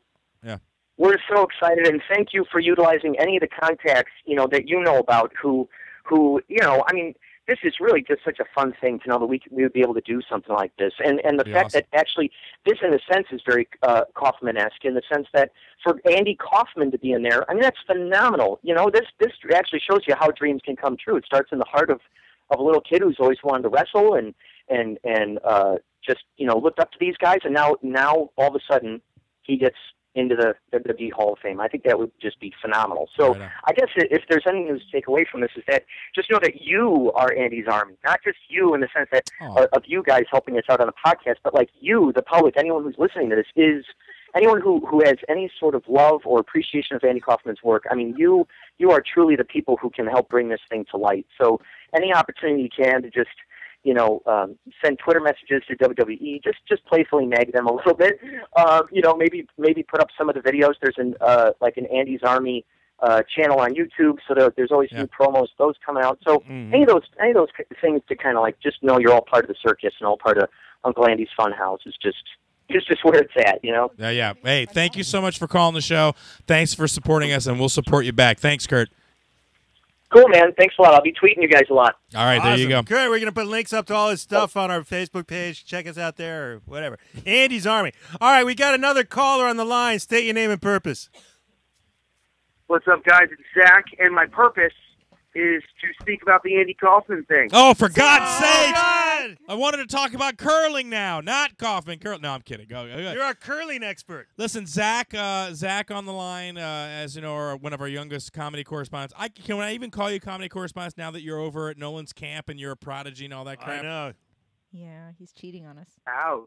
Wow. I'm kidding. Okay. Yes, you can. Yes, you can. Okay. You wanted to chime in on the Kaufman thing. Now, listen, you're a young guy. Do you know who we're talking about?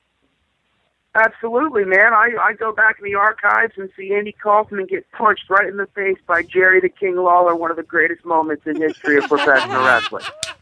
Yeah, you are. Listen, we're not big sports guys, but you are a big sports guy, and I'm guessing you're a big wrestling guy as well, right? I am very well. I can't say I'm French. Oh, I cut him off. Crap. I'm really Sorry, sorry, Zach. Zach. That was me. I put him on No, hold. it's on hold. Yeah, I'll pull him All through. right, I'll hold pull on. him through. Jeez, Just all click right. on that. There you go. Click on it. Click on the pause button. Why did you hang up? I thought I clicked. Oh, my God. It says pause. You click on the pause. I thing. clicked on it. It didn't do anything, and then the mouse slipped. Oh, my God. Zach, we're really sorry, bro. That Yeah, was- call back in a minute, Zach. We get another caller on the line. But meanwhile, go kiss Nolan or something. Stop, dude. That was really awful.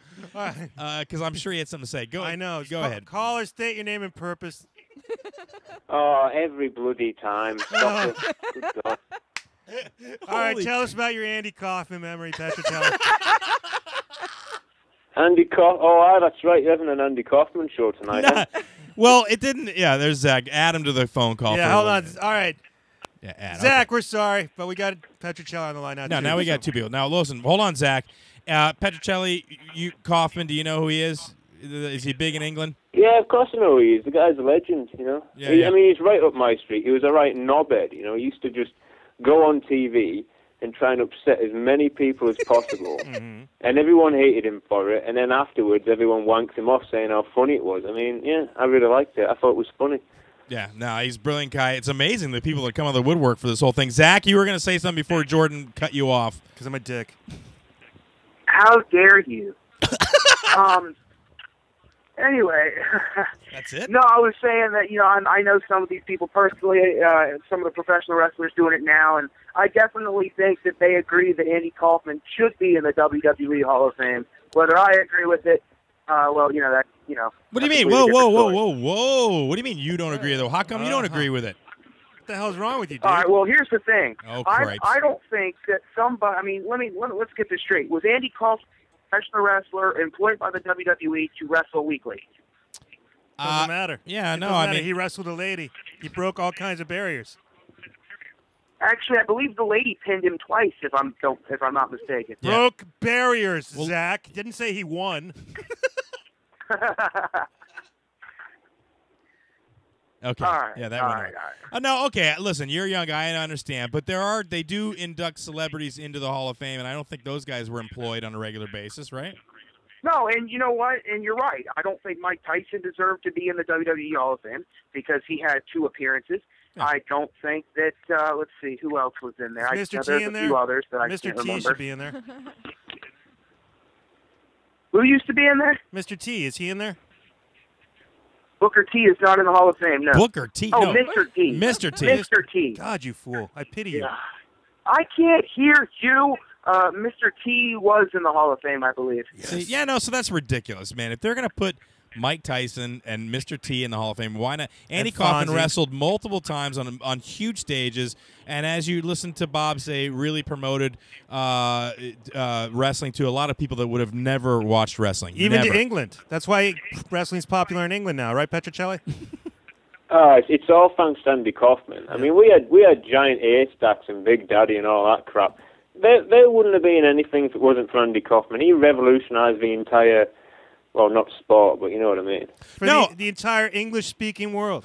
No, but even Canada. I had this argument with Jordan. I said that before Andy Kaufman, there wasn't a lot of trash talking on the level that Andy brought it up to. And now, Zach, the wrestling that you know has a lot of, where people cut promos and they're kayfabe and crap and all that stuff. That's really what Andy was about, and he brought it onto a much more national level. I mean, listen, the wrestling that I heard of was like a southern pocket. It wasn't like a national thing. As a matter of fact, the Undertaker persona is a direct copy of Andy Kaufman's persona.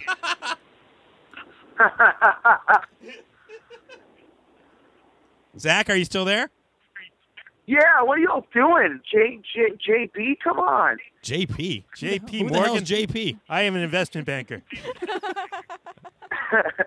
Turn your damn computer down or whatever. Somebody's got us on echo. It's either Petchra Chelli or it's Jack. I'm guessing Zach, but I'm guessing Petchra Chelli. $20 bet. It's not me, you knobhead. No, he's I think I am some sort of amateur. It's the high school student. All right, well, listen, Zach. I'm glad you chimed in. I don't know. Just do it anyway, though. If you know wrestlers and they're in the business and they agree that, why are you so against it? What's your problem? Yeah, whippersnapper? Well, yeah, you know what it is, Chris, I think it's because I'm not a fan of celebrities in the WWE Hall of Fame. But here's the thing. If you can put some of these mid-card wrestlers like Coco Beware and people like that into the Hall of Fame, you can pretty much put anybody in the Hall of Fame. But what the Andy hell Kaufman did you just say? Kind of. No, I'm just kidding. What? What the hell is a Coco Beware? Are we supposed to be afraid of our hot chocolate now? Is that a wrestling thing? Coco Beware was a professional Beware wrestler in the 80s who walked out with a parrot on his shoulder. What? A parrot? I think you're thinking of the Iron Sheik, and he had Nikolai Volkov No. on his shoulder. The Iron Sheik. What? No. Dude, even Petchra Chelli knows I know my wrestling. Oh, I don't. I don't know who Coco Beware is, but Petchra Chelli did, and that says something about Coco. If they know who he is in the UK, then he's got to be bigger than some. I'm 26 years old. I grew up watching Hulk Hogan and Jake the Snake and Kamal and all that lot. Yeah, see, I mean, I can't tell you who's wrestling in it now. I haven't got a bloody clue. Too much. I know The Rock and The Undertaker, the rest I could give a shit about, but I remember Coco Beware. Yeah, see, I grew up with Dusty Rhodes, Buzz McGraw, who used to rip his hair out, the Iron Sheik. I remember Andre the Giant. That's the stuff. I didn't watch it, but there was a kid in the neighborhood who was obsessed with it. So anytime we went over his house, we had to watch friggin' wrestling. So I got exposed to Dusty. I didn't know who Dusty Rhodes was. My favorite wrestlers growing up as a kid, there was Pretty Dan. There was Flypaper Larry McGee. Contact Papered Steve. Flypaper McGee. These are all great wrestlers. Shut up. All right, Zach. Hey, listen, I'll be involved with Nolan's Talkies Award. I'm either going to present the best show of the year, or I guess he's holding hosts. Like for the whole show, he's holding auditions. I think it sucks that I have to audition for that, but there are other people that want to get involved. So I think I'm going to see you down at the studio, and maybe we'll get to do some work together. Why am I not auditioning? I'll be at this. What? Why am I not auditioning for this? I am a professional MC. Shut up. I have professional MC gigs this weekend. Why shouldn't I audition for the MC? Because he asked me. Please go audition. Because he's afraid that just like you cut me off, you'll cut the videos off halfway through. See? I'm hanging up on him. He's right. No, don't hang up on him. I want to say goodbye to him. Stop. Don't you dare do that. Don't do it, dude. You bastard. Did you hang up on him? No. All right. All right, Zach. Well, listen, I'll see you down at the studio. Thanks for calling in. Thanks for listening to the show. All right, buddy? Hey, thanks, guys. Now I hung up on him. You're an asshole.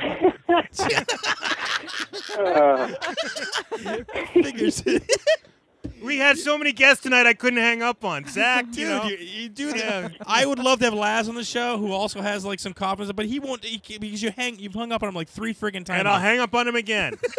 You called him a hack tonight. He'll never call him out. I didn't call him a hack. You did. Please do not do that, dude. Seriously. You implied. You said he stole the Slovak persona from Andy Kaufman. All right. Well, I got Petchra Chelli on the air and on the line. Shut Backing up. off. I got Petchra Chelli on the air, and I have a question for Petchra Chelli because I kind of want to get your. Now listen, because I don't know how Jordan will feel about this. Jordan, we talked a couple of weeks ago about like stepping up the show a little bit and doing some other things, and I think we're doing fine with the interviews and whatnot, and having other people on the show. But you wanted to start a war with somebody, remember? You wanted to start a radio war, even though we're a podcast. You want to start a war with like a terrestrial station. Well, yeah. Are you familiar with this tactic, Petchra Chelli in radio, where you start like a battle with another station or another show, and you bump each other's exposure through that war? I mean, I've seen folk on YouTube do it, yeah, but I wouldn't say I'm familiar with it. All right. Well, there's a radio thing, like if you start a war, you basically try to bury. Anyway, long story short, we went to the Well, I'll cut you off right there. Me and Brad are already 10 steps ahead of you, Sunshine. How's that? Oh. There's this, I don't want to give him any exposure, so, there's this podcast, and we were trolling them a while ago, and we're still trolling them now, and yesterday we'd been having a conversation, me, Brad, and this lad called Jimmy Poodle, who's this really funny Irish fella. You should listen to his stuff. It's weird, like. Right on. And every time we were tweeting, we would just add their name to it, just to annoy them, so they keep on getting, notifications off us and all that sort of stuff. And after about, 2 weeks of us trolling them, they've eventually blocked us. Like, they've tweeted out our names to all their followers and stuff like that. And, because we had this massive fake argument and accused them of being racist, and they were pretty nasty. I mean, they did say that Brad had cancer of the brain and was a bipolar idiot, which was pretty funny, to be honest.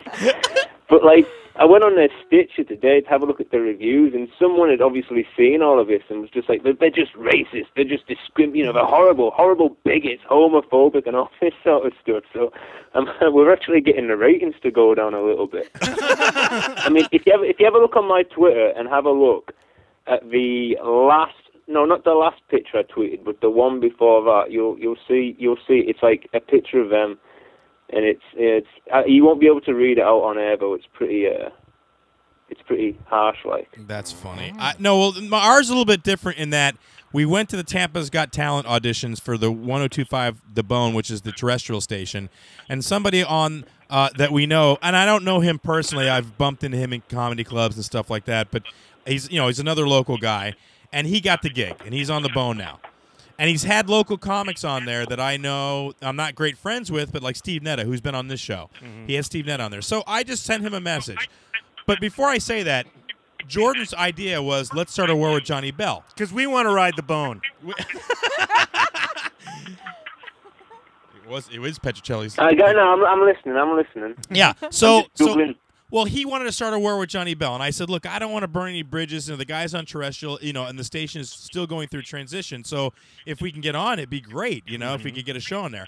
But then I messaged him just to see, hey, Johnny, I said, I know I don't run in your circles, but maybe I could come on your show. It'd be fun. I could use the exposure. He has not answered me in like 3 days. I know he's seen it because Facebook put that, basically like a FU thing in your face, like he's seen it, It's seen, but he hasn't answered me. So what should I do? Should we start attacking him? I mean, what do you think, Jordan? Petchra Chelli, what do you think? Did he have a phone number? Well, no, but I easily could get a phone number for Johnny. I mean, I know Tiffany. Do you want the phone number? No, I don't want He wants the station's phone number. I want the phone number. DM it to me. Oh, for his station? Both. I will call him night and day. I will set alarms through the night and wake up and call him. I'll just breathe heavily down the phone. I'll put on different voices. All right. Well, here's the thing. This might be a good thing. He does his shows. He's not on the regular rotation because he won the contest. They put him on weekend. He's got Saturday and Sunday nights at midnight to 3 our time, which that must make it like what 6 your time? Yeah, you're 7? gonna have to wake up early for this, soldier. Yeah, he's live. Listen. I am a committed troll. Did I ever tell you about the time I prank called, what's that fat lump called? JT Burns? No. Yes. Oh, did you really? Yeah. Did I not tell you guys about that? Well, I know you call his show, but I didn't know you crank called him. No, not the show. I don't know where he was at. He was at a restaurant somewhere. That's all. Yeah, what was he doing? Oh, he was doing some live broadcast from some restaurant where, like, on the website, it's kind of like a knockoff Hooters sort of thing. Wing House. The Wing House. Tight tops and all that sort of stuff. The Wing House. Boobies. Yeah, the Wing House, that was it, yeah. And, he said where he was. He was like, so, if you want to come and join me, come down to such and such and such. And I thought, you idiot, you moron. You've just tweeted your location out to the world. And I went on Google, typed it in, got the phone number, phoned up, and I was dead charming and all. I lost the Cumbrian accent. I went full Hugh Grant on this lass that picked up. I was like, hello, darling, hi. I'm actually looking for a man. He's eating there right now with a couple of friends. His name's JT Burns. there's been a bit of a family emergency, and it's really important I get hold of him. I just can't get his mobile phone, or his cell phone, rather, as you call it. And she was like, can you describe him for me? And I was like, he's like a heavy-set guy with a ponytail. And she was like, yeah, I see him. All right. And she goes over to get him, and she comes back, and he's like, hello? And what voice? I think I put on an Indian accent or something. I was like, you bastard bitch!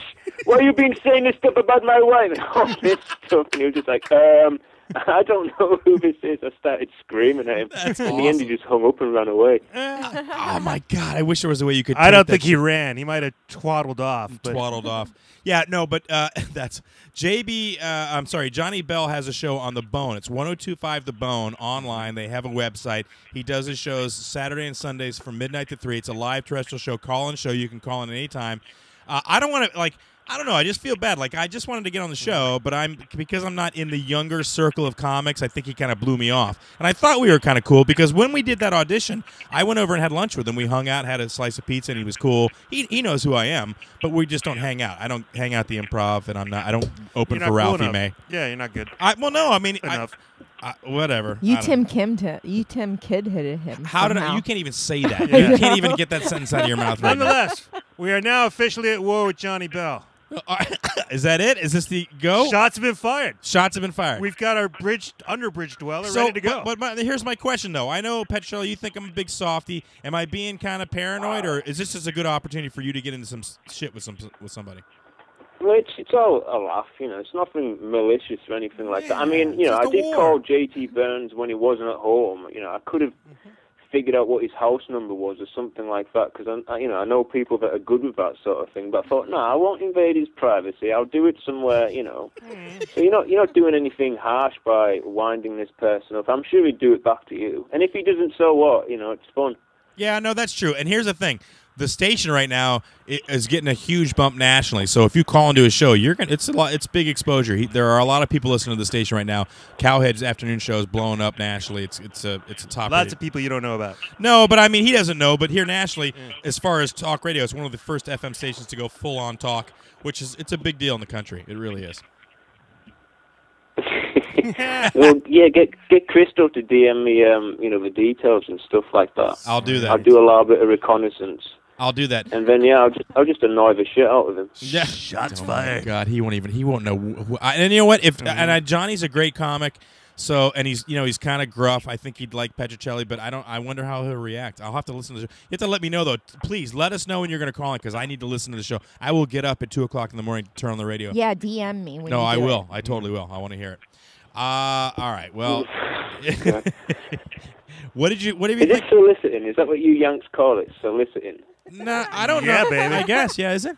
Yeah, sure. We're not really selling anything. What, soliciting? I just want the show to. I want the show I to go. thought Up we were a little asking him to be a pro. No, well, no, whatever. He's willing. He's willing to throw the punches. I don't know if I could commit that much. Although the JT thing, that's freaking funny. I don't know. I can't be on the phone with JT more than 20 Yeah, minutes. to be honest though, like JT, that's like shooting at a target. It's like he's a paper target, man. Do you think he can handle like a real target, like a moving human? Yeah, Johnny Bell will be Yeah. no joke, dude. He won't be like, who is this? This is a real human being you're dealing with now. Yeah, but I'll just pretend to be a real human being, and when he asks me, I'll be offended. Tricky, man. I'll be like, excuse me? Who are you talking to? Do you have I'll any make him idea? feel guilty. I'll tell him I'm disabled. I'll tell him anything. I don't care. He's like, I've got one leg. You ease up, mister. Yeah, what's wrong with that? No one's gonna shout at a cripple. Cripples get away with everything. It's just the law. Tiffany would. How do you think the show has been without Tiffany? Oh, 10 times better. You want to lock the door next week. I don't know. She won't listen. I know she won't take the time to listen, but she'll To like be later. honest, I didn't notice a difference. Like, whenever you watch it live, she just sort of sat there in her own world anyway. And then Brad phones in. She gets fanny flutter and perks up a little bit. What did you think about her eating all those foods last week, though? That was a little animated. No, it was kind of awkward seeing the face she posed when she had a disgusting taste in her mouth. It was just like, oh, God, I didn't ever want to see that. There's some dude in L.A. seeing that right now. Now, do you think a pina colada flavored condom would come? Oh. Sorry, just jump on my joke. I don't care. No, we were gonna tell all kinds of lies about Tiffany. I can't do it. I don't know. Yeah. I'm just trying to, Let's just tell the truth. Fuck the lies. Tell some truths. you- The stuff that she talks about in the car, and she won't let you talk about on air. Now's the time. Tell everyone what she gets up to, and she doesn't want her mother knowing. What's that dude's name we're not allowed to talk about? Oh, Ooh. Heat Miser. Oh, the other Oh, dude. yeah, the other guy. Wow. Should we? We could get in serious trouble. Yeah. She'll hate us You forever. have to. You've kind of got my hopes up, and I don't know if I told you this, but I'm also suicidal. So if you don't, something bad might happen. Oh well, now it's So really, it's in your best interest Now. because if you don't, you'll have blood on your hands. He's forcing us under duress. Yes, Crystal. We could Yeah. if he guesses, if we give him a clue and he guesses, then we didn't really say anything. Tiffany has a long distance relationship here and there. It's like a hookup relationship with somebody in L.A., an actor in L.A., a comedian in L.A. And he's fairly I know who he is only because I follow stand-up comedy, on the national level. But he's also on a show. He's on a regular on a television show, right, Jordan? Yes. Is that too much? Can I say that? Oh my God, no! Now you've identified him entirely by saying he was on a television show. It could be any. What if her mom's listening? It's dude? obviously Peter Scolari. Well, his name rhymes with horny. Wow, Ooh, really? Oh, ooh. Now we're getting hard. Hang on, horny, and he's on a television show. I'm from the UK, remember, so we don't have all your telly over here. I know. Horny. Okay. I know. I said TV show. Is that but he your didn't. second name? Because if your first name's Horny, you're pretty knackered, really, aren't you? Jesus. I don't know if we can go that far. Oh, I don't know. Look, none of this stuff I know to be true. This stuff that she shares with us. This could be lies that she's told us. It could be, dude. Possibly. I Like the doubt it. lies about the various. Oh, no, wait, sexual other people have things. confirmed See, it, haven't they? I don't want to get too graphic, and I don't want her to, because she'll be so pissed at us when she I comes know. back. And we like hearing her What's dirty the show stories. about? What's that? What's the TV show about? And don't just say comedy. You got to narrow it down a little bit. It's based on a film. Yeah, it's based on a film, a somewhat supernatural film. See, well, it's not bloody Twilight or some shit like that, is it? Kind of, yeah. Because if I find out she's having sex with a sparkly vampire, I'll come over there and fuck the face out of her mouth. I don't know that. I can't confirm that they're actually having sex. I just know that she visits in L.A. and she meets up with this fellow. I'm trying to play as neutral as I can because I know it's going to be a pain in the ass to deal with her when she comes back. She's going to be like, But at the same time, if she does get banged, because she's a lot more fun after she bangs some dude, because she gets all braggy about it. That's the only reason we even know these stories. Yeah, she gets braggy off air. She won't get braggy on air. I know, but she's not here now, so she can't hit us with her nunchucks. This guy was also. You may as well just tell us now. You've already said too much. I mean, in for a penny, in for a pound, you know? Yeah, but if we never actually say it, we don't have to admit that we actually said it. Yeah, It's Ted Danson. It's Ted Danson. I don't know who Ted Danson is, and From that doesn't rhyme Cheers. with horny. So this mystical show, how is it mystical? Is it like Sabrina the Teenage Witch mystical, or those zombies from The Walking Dead mystical? You're on the right track with witches. Think more traditional monsters. Well, Game of Thrones. That's not comedic. No, I didn't say friggin' Renaissance. I said traditional monsters. Yeah, and the show's not a comedy. It's more of a drama, I believe. Yeah, drama. No, it's Well, not a define comedy. monster though. What are your 4 basic film monsters? Frankenstein. Okay. Dracula. All right. Oh Christ, I don't know. Dracula's Come on. enemy. Ghostbusters. You were on and the right. Barbra Streisand. What? Barbara I swear to Streisand. God, what was the most famous monster to ever attack London? Okay, hang on. A werewolf. Okay. All right. Hey, we're not Sherlock Holmes. No, confirming. he's not a monster. What's that pithead called? Jack the Ripper. No. You were right. Fog? No, you had it right. Werewolf. Yes. Werewolf. Hang on, I'm Googling this shit. Werewolf.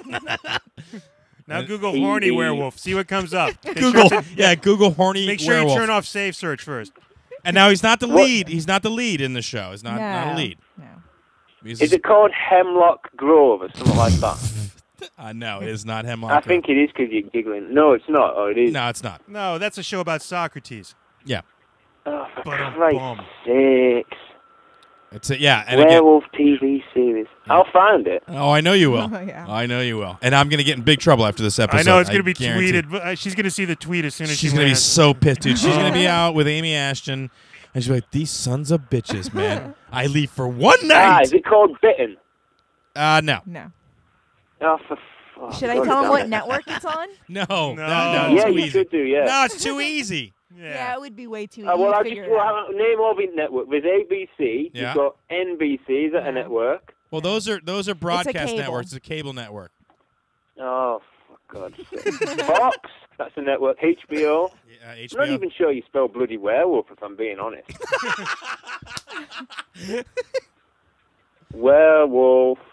And name. Okay, ABC. We'll try that one. Yeah, I don't even know who's in the show, to be honest with you. Other than him, I have High no. School Werewolf. Oh, I don't know. Maybe. You're getting Aha! So that means yeah. warmer. Is that the name of it? No, What do you it's mean not. warmer? I'm either right or I'm wrong. There is no warmer. No. Oh. Big Wolf on Campus. Where are you pulling up these shows? I've never even heard of these shows. I think that was like on Nickelodeon. This is a current running show. And it's based off of a movie about a werewolf. Has Tiffany I don't watch movies about played bloody basketball. werewolves. Yeah, but it's not a movie. It's it's based on like an '80s movie. Teen Wolf. Ooh. Wait, what was that? What did you just say? Wait, Teen Wolf. is there a bell ringing? Is there a bell ringing in the background? I'm I don't not hear sure. a bell. I don't hear a bell. I hear I crap. hear no bell. A silence. All right. Anyway, so there was I'm no just bell horny. ringing to confirm nor deny that just Oh now. God, he's on the dude. He is on the case. Right now, he's like this I can dude is. hear him typing. I Yeah, swear to yeah. God, if you start saying the answer, I'm going to hang up on him. I- This is plausible deniability here.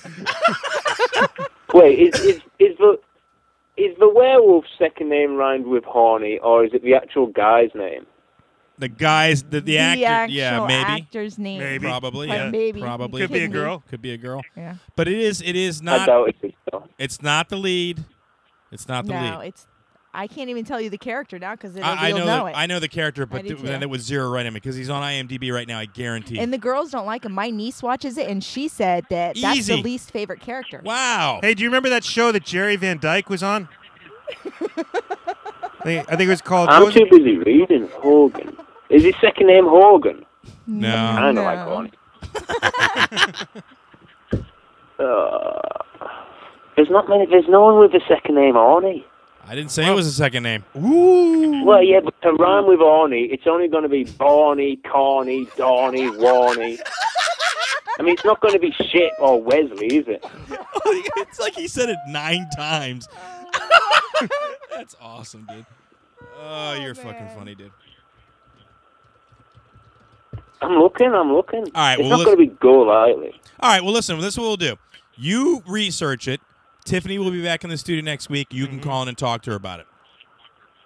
Oh, yeah, that conversation, live on air, I'm the perfect person she's going to want to talk to about it. Oh, I think it'd be beautiful. Jordan and I will say, I don't know. I got no clue. No, Yeah, no. I have no idea. Nothing. I never said anything. She's going to be really angry with you guys. Probably. Really angry. Yeah, probably. We didn't say anything. I think Tiffany's mother should phone in and, say what she thinks about her Christian daughter having Felicio with a vampire or whatever the All right. bloody hell he is. No, we can't confirm or deny that. I didn't say she was doing anything with this person. All I said was that she has a long-distance relationship of some sort where she visits when she's out in L.A., she visits this person. I don't know what's happening with them. I can't confirm. Rusty Nail, we don't know. We don't know. Maybe they're just having pizza. We don't know. Ian Bowen?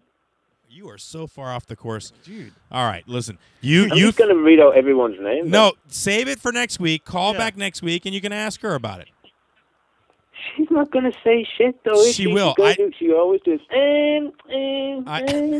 I think. But you know what? If you get it right next week, maybe an imaginary bell will confirm it. I was just thinking, no, not a bell. That's too obvious. You need to. My dog's barking. It needs to shut up. Sorry. Can you hear that dog barking? Yeah. Yeah, it sounds like a nice dog. Yeah, sounds very friendly. It's maybe jealous. Yeah. What I'll do is every time I read out a name, Jordan, if it's wrong, he has to go, ha ha. And if it's right, he has to go, oh, that's definitely not it. And then I'll know. All right. That's the setup. All right, buddy. We'll talk to you next week. We'll continue this because it's at this point. I'm glad we're taking risks, but I'm not sure I want to deal with the consequences. Yeah, this one's gonna kill us. Yeah, it's gonna be bad. All right, Petchra Chelli, we're gonna let you go. We're gonna wrap this up. All right, brother. Ladies and gentlemen, live from England, it's Petchra Chelli. There you go. Start the music. Let's get out of here. It's been a great show tonight. I want to thank Ruby Tuesday, Miss Ruby Tuesday, aka Red Snapper, for calling into the show. Also Bob Pagani for calling into the show. Two guys that want to get Andy Kaufman into the WWE Hall of Fame. Screw you, Zach. We're gonna do it. All right, regardless of what you think. Right? Yes. He We're deserves doing to be it. in. Little I'm punk. so disappointed with Zach right now. I can't believe that he feels that way. Drew Carey's in the WWE Yeah, what Hall is of Fame. that about, dude? And he's Really? getting, really? I Yeah. know. I'm disappointing Carey. Zach. I have a tear in my eye. Yeah. All right. Thank you so much to who was the other guy that called? I think Kurt. it was Kurt. And you, what is his name, Crystal? You don't even know last name, Kurt? Yeah, it's Clendennon. I just totally jacked that up. Hey, you know, we spent all our mental energy trying to pronounce Pagani. Yeah, right? I really worked it out. It's been a great show. Good job tonight, Jordan. Good job tonight, Crystal. We miss you, Tiffany. Please Please don't bring your nunchucks next week. We just want to ratchet up a little bit, and we Don't love you. hurt us. And I hope you have a safe trip. And stay tuned for our war with Johnny Bell. Yeah, It's I think gonna it's be awesome. Yeah. At This Week of Snappers, you can check out Rick Stapinski. He'll be there also emceeing our own Jordan Lee. If you live local, snappersgrillcomedy.com, Snappers Comedy Grill. There's Snappersgrill.com. Yeah, Grill with there an it E. is. All I'm right. sorry. I'm not doing an ad right now. That's been good. We're out of here. All Thanks, guys, for listening. We'll see you next week on Double Special. We're out of here. We love you. Yep.